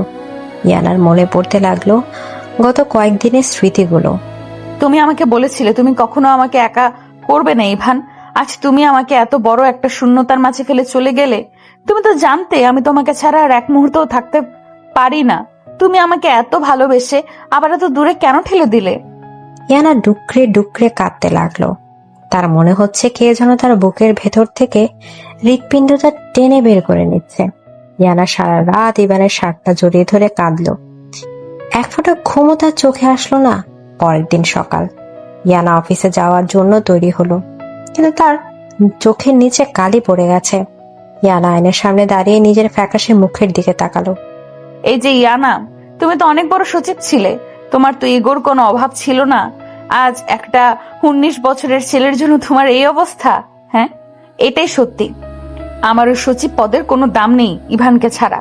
ইয়ানা অফিস গেল, কিন্তু কোনো ফাইলে সে মন বসাতে পারছে না। বারবার তার শুধু ইভানের কথা মনে পড়ছে। আনিস একটা ফাইল নিয়ে ইয়ানার কেবিনে ঢুকলো। ম্যাডাম, এই ফাইলে আপনার সাইন লাগবে। আনিস, ফাইলটা রেখে যাও, আমি পরে দেখছি। ম্যাডাম, আপনার শরীর কি খারাপ? আপনি সকাল থেকে কিছু খাননি। আমি কি চা নিয়ে আসবো? না আনিস, আমার কিছু লাগবে না, তুমি যাও। আনিস চলে যাওয়ার পর ইয়ানা টেবিলের উপর রেখে মাথা রেখে চোখ বন্ধ করলো। হঠাৎ তার ফোনে একটা মেসেজ আসলো। মেসেজটা ইভানের বাবার নাম্বার থেকে। ইয়ানা দ্রুত মেসেজটা ওপেন করলো। ইয়ানা মা, আমি শুনেছি ইভান হোস্টেলে চলে গেছে। তোমাদের মধ্যে কি হয়েছে আমি জানি না, কিন্তু ইভানের মা কাল রাতে খুব অসুস্থ হয়ে পড়েছিল। আমি ইভানকে আমাদের বাড়িতে আসতে বলেছি। ও রাতে বাসেই আমাদের এখানে চলে আসবে। তোমরা ভালো থেকো। মেসেজটা পড়ে ইয়ানার শরীরটা বরফ হয়ে গেল। ইভান ঢাকা ছেড়ে চিরতরে চলে যাচ্ছে। ইয়ানা আর এক মুহূর্ত চিন্তা করলো না। সে নিজের পার্সটা হাতে নিয়ে পাগলের মতো অফিস থেকে দৌড়ে বেরিয়ে আসলো। ইয়ানা নিজের গাড়ি নিয়ে সোজা ভার্সিটির হোস্টেলের দিকে রওনা হলো। রাস্তায় প্রচন্ড জ্যাম। ইয়ানার বুকটা ভয়ে কাঁপছে। ইভান যদি এর মধ্যে চলে যায়। ইয়ানা স্টিয়ারিং হুইলে মাথা ঠেকে কাঁদতে লাগলো। প্লিজ ইভান, আমাকে ছেড়ে যেও না। আমি তোমার সব শর্ত মেনে নেব। আমি আমার সব অহংকার ছুঁড়ে ফেলে দিব। তুমি যা বলবে আমি তাই শুনবো। শুধু আমাকে একা করে দিয়ে যেও না। 1 ঘন্টা পর ইয়ানা হোস্টেলের সামনে পৌঁছালো। ইয়ানা গাড়ি থেকে নেমে দৌড়ে হোস্টেলের ভেতর ঢুকলো। গার্ড তাকে আটকাতে চাইলো, কিন্তু ইয়ানা সজীবের পরিচয় দিয়ে সোজা ইভানের রুমের দিকে চলে গেল। ইভানের রুমের দরজা খোলা ছিল। ইয়ানা দরজার কাছে গিয়ে থমকে দাঁড়ালো। ইভান একটা ব্যাগ গোছাচ্ছে। তার মুখটা ফ্যাকাশে, চোখের নিচে কালি। ইভানের অবস্থা ইয়ানার মতোই করুণ। ইভান ঘুরে তাকাতেই ইয়ানাকে দরজায় দাঁড়িয়ে থাকতে দেখলো। ইয়ানা, আপনি এখানে কি করছেন? এটা ছেলেদের হোস্টেল। আপনার এখানে আসা ঠিক হয়নি। ইয়ানা কোনো কথা না বলে ধীর পায়ে ইভানের কাছে এগিয়ে গেল। ইভানের চোখের দিকে তাকাতেই ইয়ানার সব ইগো, সব অহংকার ভেঙে চুরমার হয়ে গেল। ইয়ানা নিজেকে ধরে রাখতে পারল না। সে সবার সামনে ইভানের বুকের উপর ঝাঁপিয়ে পড়ল। তুমি আমাকে ছেড়ে চলে যাচ্ছিলে ইভান? তুমি এত পাষাণ কিভাবে হতে পারলে? তুমি জানো না তোমাকে ছাড়া আমার শ্বাস নিতেও কষ্ট হয়? ইভান চমকে উঠল। ইয়ানা তাকে এত শক্ত করে জড়িয়ে ধরেছে যে ইভান নড়তেও পারছে না। ইভানের চোখ দুটো পানিতে ভরে আসলো, কিন্তু সে নিজেকে শক্ত করে রাখলো। ইয়ানা, আমাকে ছাড়ুন। সবাই দেখছে আপনি একজন সরকারি অফিসার। আপনার সম্মান নষ্ট হবে।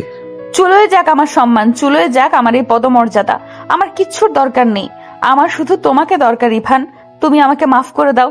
আমি কাল ফুফুর সামনে চুপ করে অনেক বড় অন্যায় করেছি। আমি তোমাকে অসম্মান হতে দিয়েছি। ইয়ানা ডুকরে ডুকরে কাঁদতে লাগলো। ইভানের বুকের কাছে ইয়ানার কান্না ইভানের শার্ট ভেজে গেল। ইভান আর নিজেকে পাথর করে রাখতে পারলো না। সে তার 2 হাত দিয়ে ইয়ানাকে পরম মমতায় নিজের সাথে জড়িয়ে নিল। আমি আপনার উপর রাগ করিনি ইয়ানা। আমি শুধু আপনাকে মুক্তি দিতে চেয়েছিলাম। আমি তো আপনার যোগ্য নই। আমি একটা সাধারণ স্টুডেন্ট, আর আপনি এত বড় অফিসার। তুমি চুপ করো ইভান, একদম চুপ। তুমি আমার স্বামী। তুমি আমার জীবনের সবচেয়ে বড় যোগ্যতা। তুমি ছাড়া এই ইয়ানার কোনো অস্তিত্ব নেই। তুমি আমাকে কথা দাও, তুমি আর কোনোদিন আমাকে এভাবে একা করে চলে যাবে না। ইভান ইয়ানার মাথাটা আলতো করে উঁচু করলো। ইয়ানার চোখ, মুখ কান্নায় লাল হয়ে আছে। ইভান তার হাত দিয়ে ইয়ানার চোখের পানি মুছে দিল। আমি কথা দিচ্ছি ইয়ানা, আমি আর কখনো আপনাকে ছেড়ে যাব না। আমি শুধু দেখতে চেয়েছিলাম আপনার ওই ইগোর পাহাড়টা আমার ভালোবাসার থেকে বড় কিনা। আজ আমি আমার উত্তর পেয়ে গেছি। ইয়ানা ইভানের বুকে মুখ লুকিয়ে হাসলো। কান্নার মাঝখানে ইয়ানার ঠোঁটে একটা স্নিগ্ধ হাসি ফুটে উঠল। হোস্টেলের ছেলেরা অবাক হয়ে তার দিয়ে তাকিয়ে আছে, কিন্তু ইয়ানার আজ কারো দিকে খেয়াল নেই। তার 28 বছরের জীবনে আছে তার 19 বছরের বাচ্চা স্বামীর কাছে নিজের সব অহংকার বিসর্জন দিয়ে সত্যিকারের ভালোবাসা খুঁজে পেয়েছে। এদিকে ইয়ানার গাড়িতে করে ইভান আর ইয়ানা বাড়ির দিকে ফিরে যাচ্ছে। গাড়ির ভেতর একদম পিনপতন নীরবতা।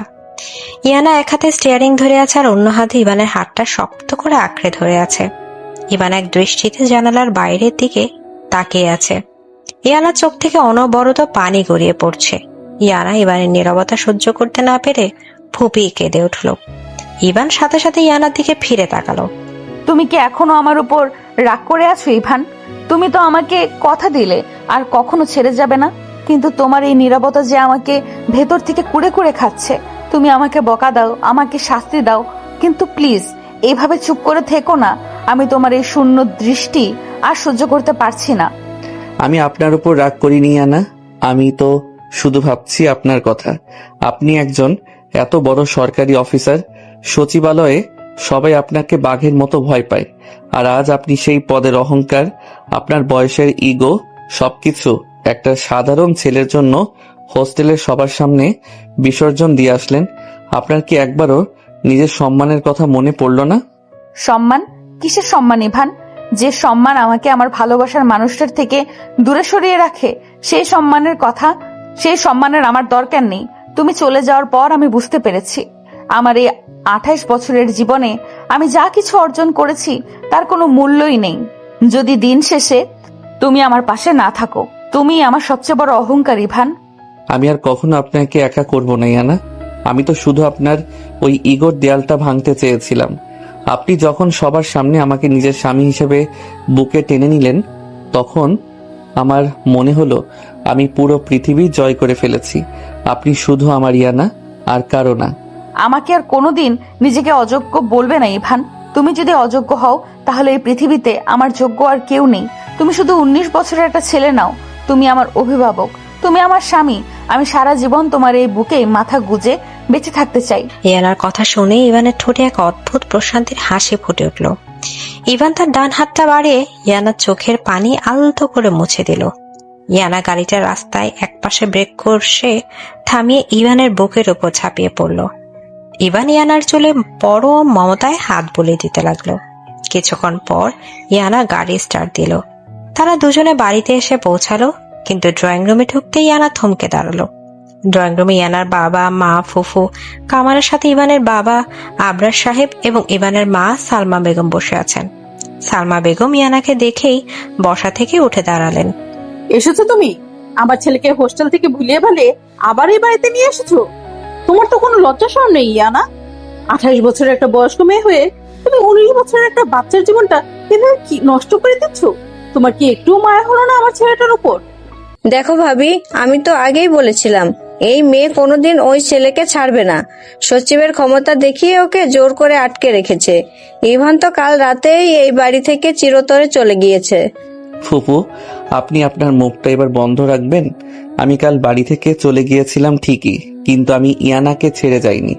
আমি শুধু ইয়ানার অভিমান ভাঙাতে গিয়েছিলাম। আপনারা ইয়ানাকে আর একটাও বাজে কথা বলবেন না। তুই চুপ কর ইভান। তুই তো এক বয়স্ক মহিলার জাদুতে অন্ধ হয়ে গেছিস। ও তোকে কি এমন খাইয়েছে যে তুই নিজের বাবা, মা, নিজের ভবিষ্যৎ সব ভুলে বাড়িতে পড়ে আছিস? আমি আজই তোকে নিয়ে যাব, আর এই মেয়ের সাথে তোর ডিভোর্স আজই হবে। ডিভোর্স শব্দটা শোনার সাথে সাথে ইয়ানার পায়ের তলা থেকে যেন মাটি সরে গেল। ইয়ানা আর এক মুহূর্ত চিন্তা না করে সরাসরি সালমা বেগমের পায়ের কাছে ফ্লোরে বসে পড়ল। ইয়ানা সালমা বেগমের দুই পা শক্ত করে জড়িয়ে ধরল। উপস্থিত সবাই এই দৃশ্য দেখে চরম অবাক হয়ে গেল। ইভান চমকে উঠে ইয়ানাকে তুলতে গেল। ইয়ানা, আপনি কি করছেন? উঠুন, ফ্লোর থেকে উঠুন বলছি। না ইভান, আমাকে ধরতে এসো না। আজ আমাকে বলতে দাও। মা, আপনি আমাকে বয়স্ক বলছেন, আমাকে নির্লজ্জ বলছেন। আমি সবকিছু মাথা পেতে নেব, কিন্তু প্লিজ ইভানকে আমার থেকে কেড়ে নেবেন না। আমি ইভানকে ছাড়া এক মুহূর্তও বাঁচতে পারবো না মা। তুমি সব কি নাটক শুরু করেছো ইয়ানা? আমার পা ছাড়ো। তুমি এত বড় একজন অফিসার, তুমি আমার পা ধরে খাচ্ছ? তোমার তো ইগোর কোনো অভাব ছিল না। আজ হঠাৎ এত দরদ কোথা থেকে আসলো? আমার কোনো ইগো নেই মা। আমি কোনো অফিসার নই। আমি শুধু আপনার ছেলের স্ত্রী। আমি জানি আমার বয়স 28। আমি ইভানের থেকে 9 বছরের বড়, কিন্তু বিশ্বাস করুন মা, আমি ইভানকে আমার নিজের জীবনের থেকেও বেশি ভালোবাসি। আমি আপনাদের সব কথা মেনে নিব। আপনারা যা বলবেন আমি তাই শুনবো। আমি চাকরি ছেড়ে দিব। আমি আপনাদের বাড়িতে গিয়ে সাধারণ বউয়ের মতো থাকবো, কিন্তু প্লিজ আমাকে ডিভোর্স দিতে বলবেন না। ইয়ানা, আমি আপনাকে শেষবারের মতো বলছি, আপনি পা ছাড়ুন। আমার স্ত্রী কারো পায়ের কাছে বসে কাঁদবে, এটা আমি কোনোদিন সহ্য করব না। আপনি উঠুন বলছি। ইভান জোর করে ইয়ানাকে ফ্লোর থেকে টেনে তুলল। ইভান ইয়ানাকে নিজের বুকের সাথে শক্ত করে জড়িয়ে ধরল। ইভান তার মায়ের দিকে তাকিয়ে অত্যন্ত গম্ভীর এবং দৃঢ় গলায় বলতে শুরু করলো।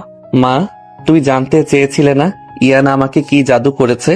আজ নিজের চোখেই তো দেখলে যে মেয়েটা কারোর সামনে মাথা নোয়াতে জানে না, সে আজ শুধু আমাকে হারানোর ভয়ে তোমার পা ধরে কাঁদলো। এটাই ওর জাদু। ওর এই ভালোবাসার কাছে আমার বয়স, আমার ভবিষ্যৎ সব তুচ্ছ।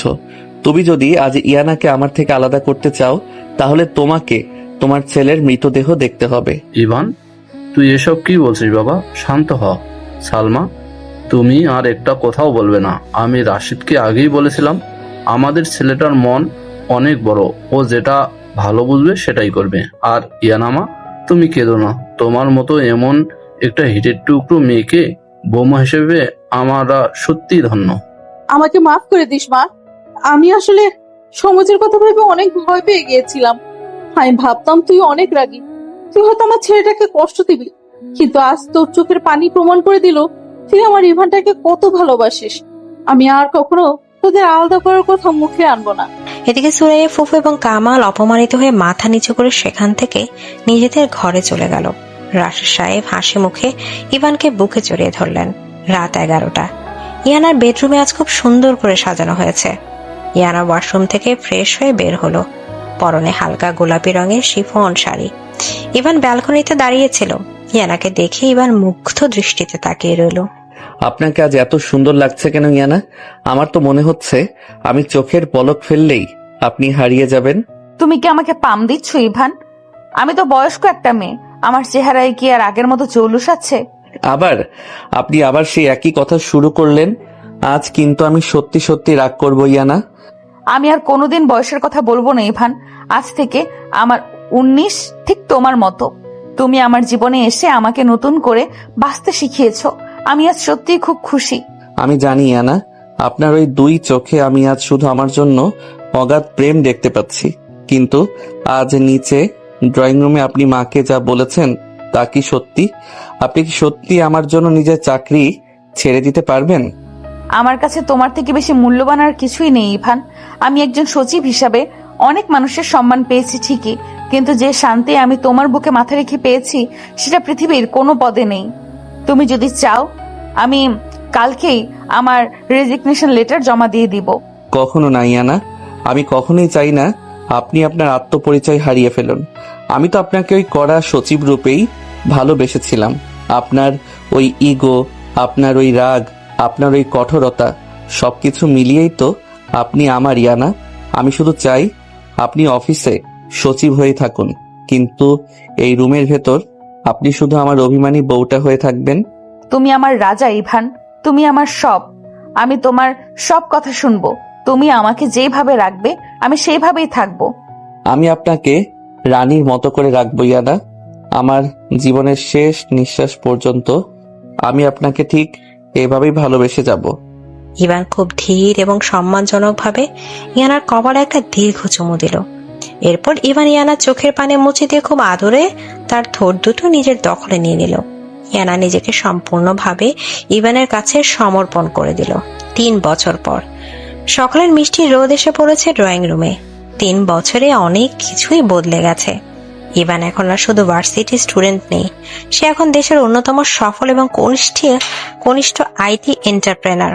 তার বয়স এখন 22 আর ইয়ানা 31 বছরের দৌর্দণ্ড প্রতাপশালী সচিব। কিন্তু তাদের সবচেয়ে বড় পরিচয় তার এখন একজোড়া যমজ সন্তানের বাবা মা। ইভান আর ইয়ানার নামের সাথে মিল রেখে ছেলের নাম রাখা হয়েছে ইয়ান আর মেয়ের নাম ইভানা। পাপা পাপা, ভাইয়া আমার পুতুল নিয়ে দৌড়াচ্ছে, তুমি ভাইয়াকে বকা দাও। আমি নিইনি পাপা, ইভানা মিথ্যা বলেছে। আমি তো শুধু পুতুল তার চুল কেটে দিচ্ছিলাম। ইয়ানা, তুমি আবার বোনের পুতুলের চুল কেটেছ? কালকেই তো নতুন এনে দিলাম। তোমরা দুজন মিলে সারাদিন বাড়িটাকে একদম যুদ্ধক্ষেত্র বানিয়ে রাখো। তোমাদের মামুনি দেখলে কিন্তু আজ আমাকেও বকা দেবে। ঠিক এমন সময় ইয়ানা শাড়ি ঠিক করতে করতে ড্রয়িং রুমে প্রবেশ করলো। ইয়ানাকে দেখে ইভান মুক্ত হয়ে তাকিয়ে রইল। 3 বছর পেরিয়ে গেলেও ইভানের চোখে ইয়ানার জন্য সেই একই ঘোর। কি ব্যাপার, এত সকাল সকাল বাবা ছেলে মেয়ের কিসের মিটিং চলছে? ইভান, তুমি এখনো রেডি হওনি? তোমার না আজ অফিসে নতুন ক্লায়েন্টদের সাথে মিটিং আছে? রেডি হব কিভাবে ম্যাডাম সচিব? আপনার এই 2 শয়তান ছেলে মেয়ে আমাকে 1 সেকেন্ডের জন্য শান্তিতে বসতে দিলে তো একজন পুতুল নিয়ে কাঁদে, তো অন্যজন আমার ল্যাপটপের তার ধরে টানে। ছেলে মেয়ে তো তোমার একার নয় ইভান, আমারও। আমি তো ঠিকই নিজের সব কাজ গুছিয়ে নিয়েছি, তুমি আসলে ওদের একটু বেশি লাই দিয়ে মাথায় তুলেছ। এদিকে এসো ইয়ান, ইভানা, মামুনির কাছে এসো। মামুনি, পাপা আমাকে আদর করছে না, পাপা শুধু ভাইয়াকে ভালোবাসে। এই দেখো, আমি কখন বললাম আমি শুধু ভাইয়াকে ভালোবাসি? আমি তো আমার ইভানা মাকেও অনেক ভালোবাসি। তোমরা দুজন এখন রহিম চাচার সাথে গিয়ে সুন্দর করে নাস্তা করে নাও। আমি আর পাপা অফিসে যাব, তাড়াতাড়ি যাও। ইয়ান আর ইভানা দৌড়ে ডাইনিং রুমের দিকে চলে গেল। ড্রয়িং রুমে এখন শুধু ইভান আর ইয়ানা। ইভান ধীরে পায়ে ইয়ানার কাছে এসে দাঁড়ালো। ইয়ানার চোখে মুখে কড়া সচিবের গাম্ভীর্য থাকলেও ইভানের সামনে সে আগের মতো নরম আর অভিমানী। তা ম্যাডাম, ছেলে মেয়েদের তো পাঠিয়ে দিলেন, এবার আপনার এই অবহেলিত স্বামীটাকে একটু আদর করা যায় না? সকাল থেকে তো একটা গুড মর্নিং কিসও পেলাম না। ইভান, তুমি দিন দিন একদম বাচ্চাদের মতো হয়ে যাচ্ছ। তোমার বয়স এখন 22, তুমি একটা বিশাল আইটি কোম্পানির সিইও। তোমার মুখে সারাক্ষণ এই রোমান্স মানায় না। অফিসে যাওয়ার সময় হয়েছে, এখন এসব পাগলামি ছাড়ো। বয়স 22 হোক আর 100 হোক, আপনার সামনে তো আমি সেই 19 বছরের বাচ্চা ইভানই আছি ইয়ানা, আর রোমান্স তো আমার অধিকার। তোমার সাথে কথায় আমি কোনোদিন পারবো না ইভান। আচ্ছা শোনো, আজ বিকেলে কিন্তু আমার ছুটি, তুমি অফিস থেকে তাড়াতাড়ি ফিরবে। আমরা বাচ্চাদের নিয়ে একটু বাইরে ঘুরতে যাব। বাচ্চাদের নিয়ে তো রোজই ঘুরি ইয়ানা, আজ না হয় শুধু আমি আর আপনি ঘুরতে গেলাম। কতদিন আপনার হাত ধরে রিকশায় করে বৃষ্টিতে ভেজা হয় না? তুমি পাগল হয়েছো? 31 বছরের এই বয়স্ক মহিলাকে নিয়ে তুমি রিকশায় বৃষ্টিতে ভিজবে? মানুষজন দেখলে হাসবে না? বলবে এত বড় একজন সিইও তার বয়স্ক বউকে নিয়ে এসব পাগলামি করছে। আবার 3 বছর পর আজ আবার আপনি বয়সের কথা তুললেন ইয়ানা। আপনি কি এখনো বোঝেননি যে আমার কাছে আপনার ওই 31 বছর বয়সের কোনো অস্তিত্ব নেই? আমার কাছে আপনি শুধু আমার সেই অভিমানী ইয়ানা, যার চোখের দিকে তাকালে আমি পুরো পৃথিবী ভুলে যাই। আমি জানি ইভান, আমি শুধু মজা করছিলাম। আমি জানি তুমি আমাকে কতটা ভালোবাসো। তুমি আমার জীবনে না আসলে আমি হয়তো কখনো বুঝতেই পারতাম না যে ভালোবাসার কতটা পূর্ণতা থাকে। আমি আপনাকে অনেক ভালোবাসি ইয়ানা। আমার জীবনের সবচেয়ে সুন্দর সিদ্ধান্ত ছিল ওই বিয়ের আসরে সবার সামনে আপনার দায়িত্ব নেয়া। আমি আমার সারা জীবন ঠিক এইভাবেই আপনার চোখের মায়ায় আটকে থাকতে চাই। আমিও তোমাকে অনেক ভালোবাসি ইভান। আমার অহংকার, আমার সম্মান, আমার বেঁচে থাকার একমাত্র কারণ শুধু তুমি। ইভান ইয়ানার কোমরে হাত রেখে তাকে নিজের আরো কাছে টেনে নিল। ইয়ানা ইভানের বুকে মাথা রাখলো। ইভান খুব আদরে ইয়ানার কপালে একটা দীর্ঘ চুমু দিল। 3 বছর আগে যে ইগোর দেয়াল আর বয়সের পার্থক্য তাদের মাঝে দূরত্ব তৈরি করেছিল, আজ সেসব বাধা পেরিয়ে তারা এক সুন্দর পূর্ণতার সাগরে ভাসছে। ইয়ানার ইভানার হাসির শব্দ পুরো বাড়িটাকে মাতিয়ে রেখেছে, আর তার মাঝে দুটো হৃদয় একে অপরের ভালোবাসায় চিরকালের জন্য বাধা পড়ে গেল।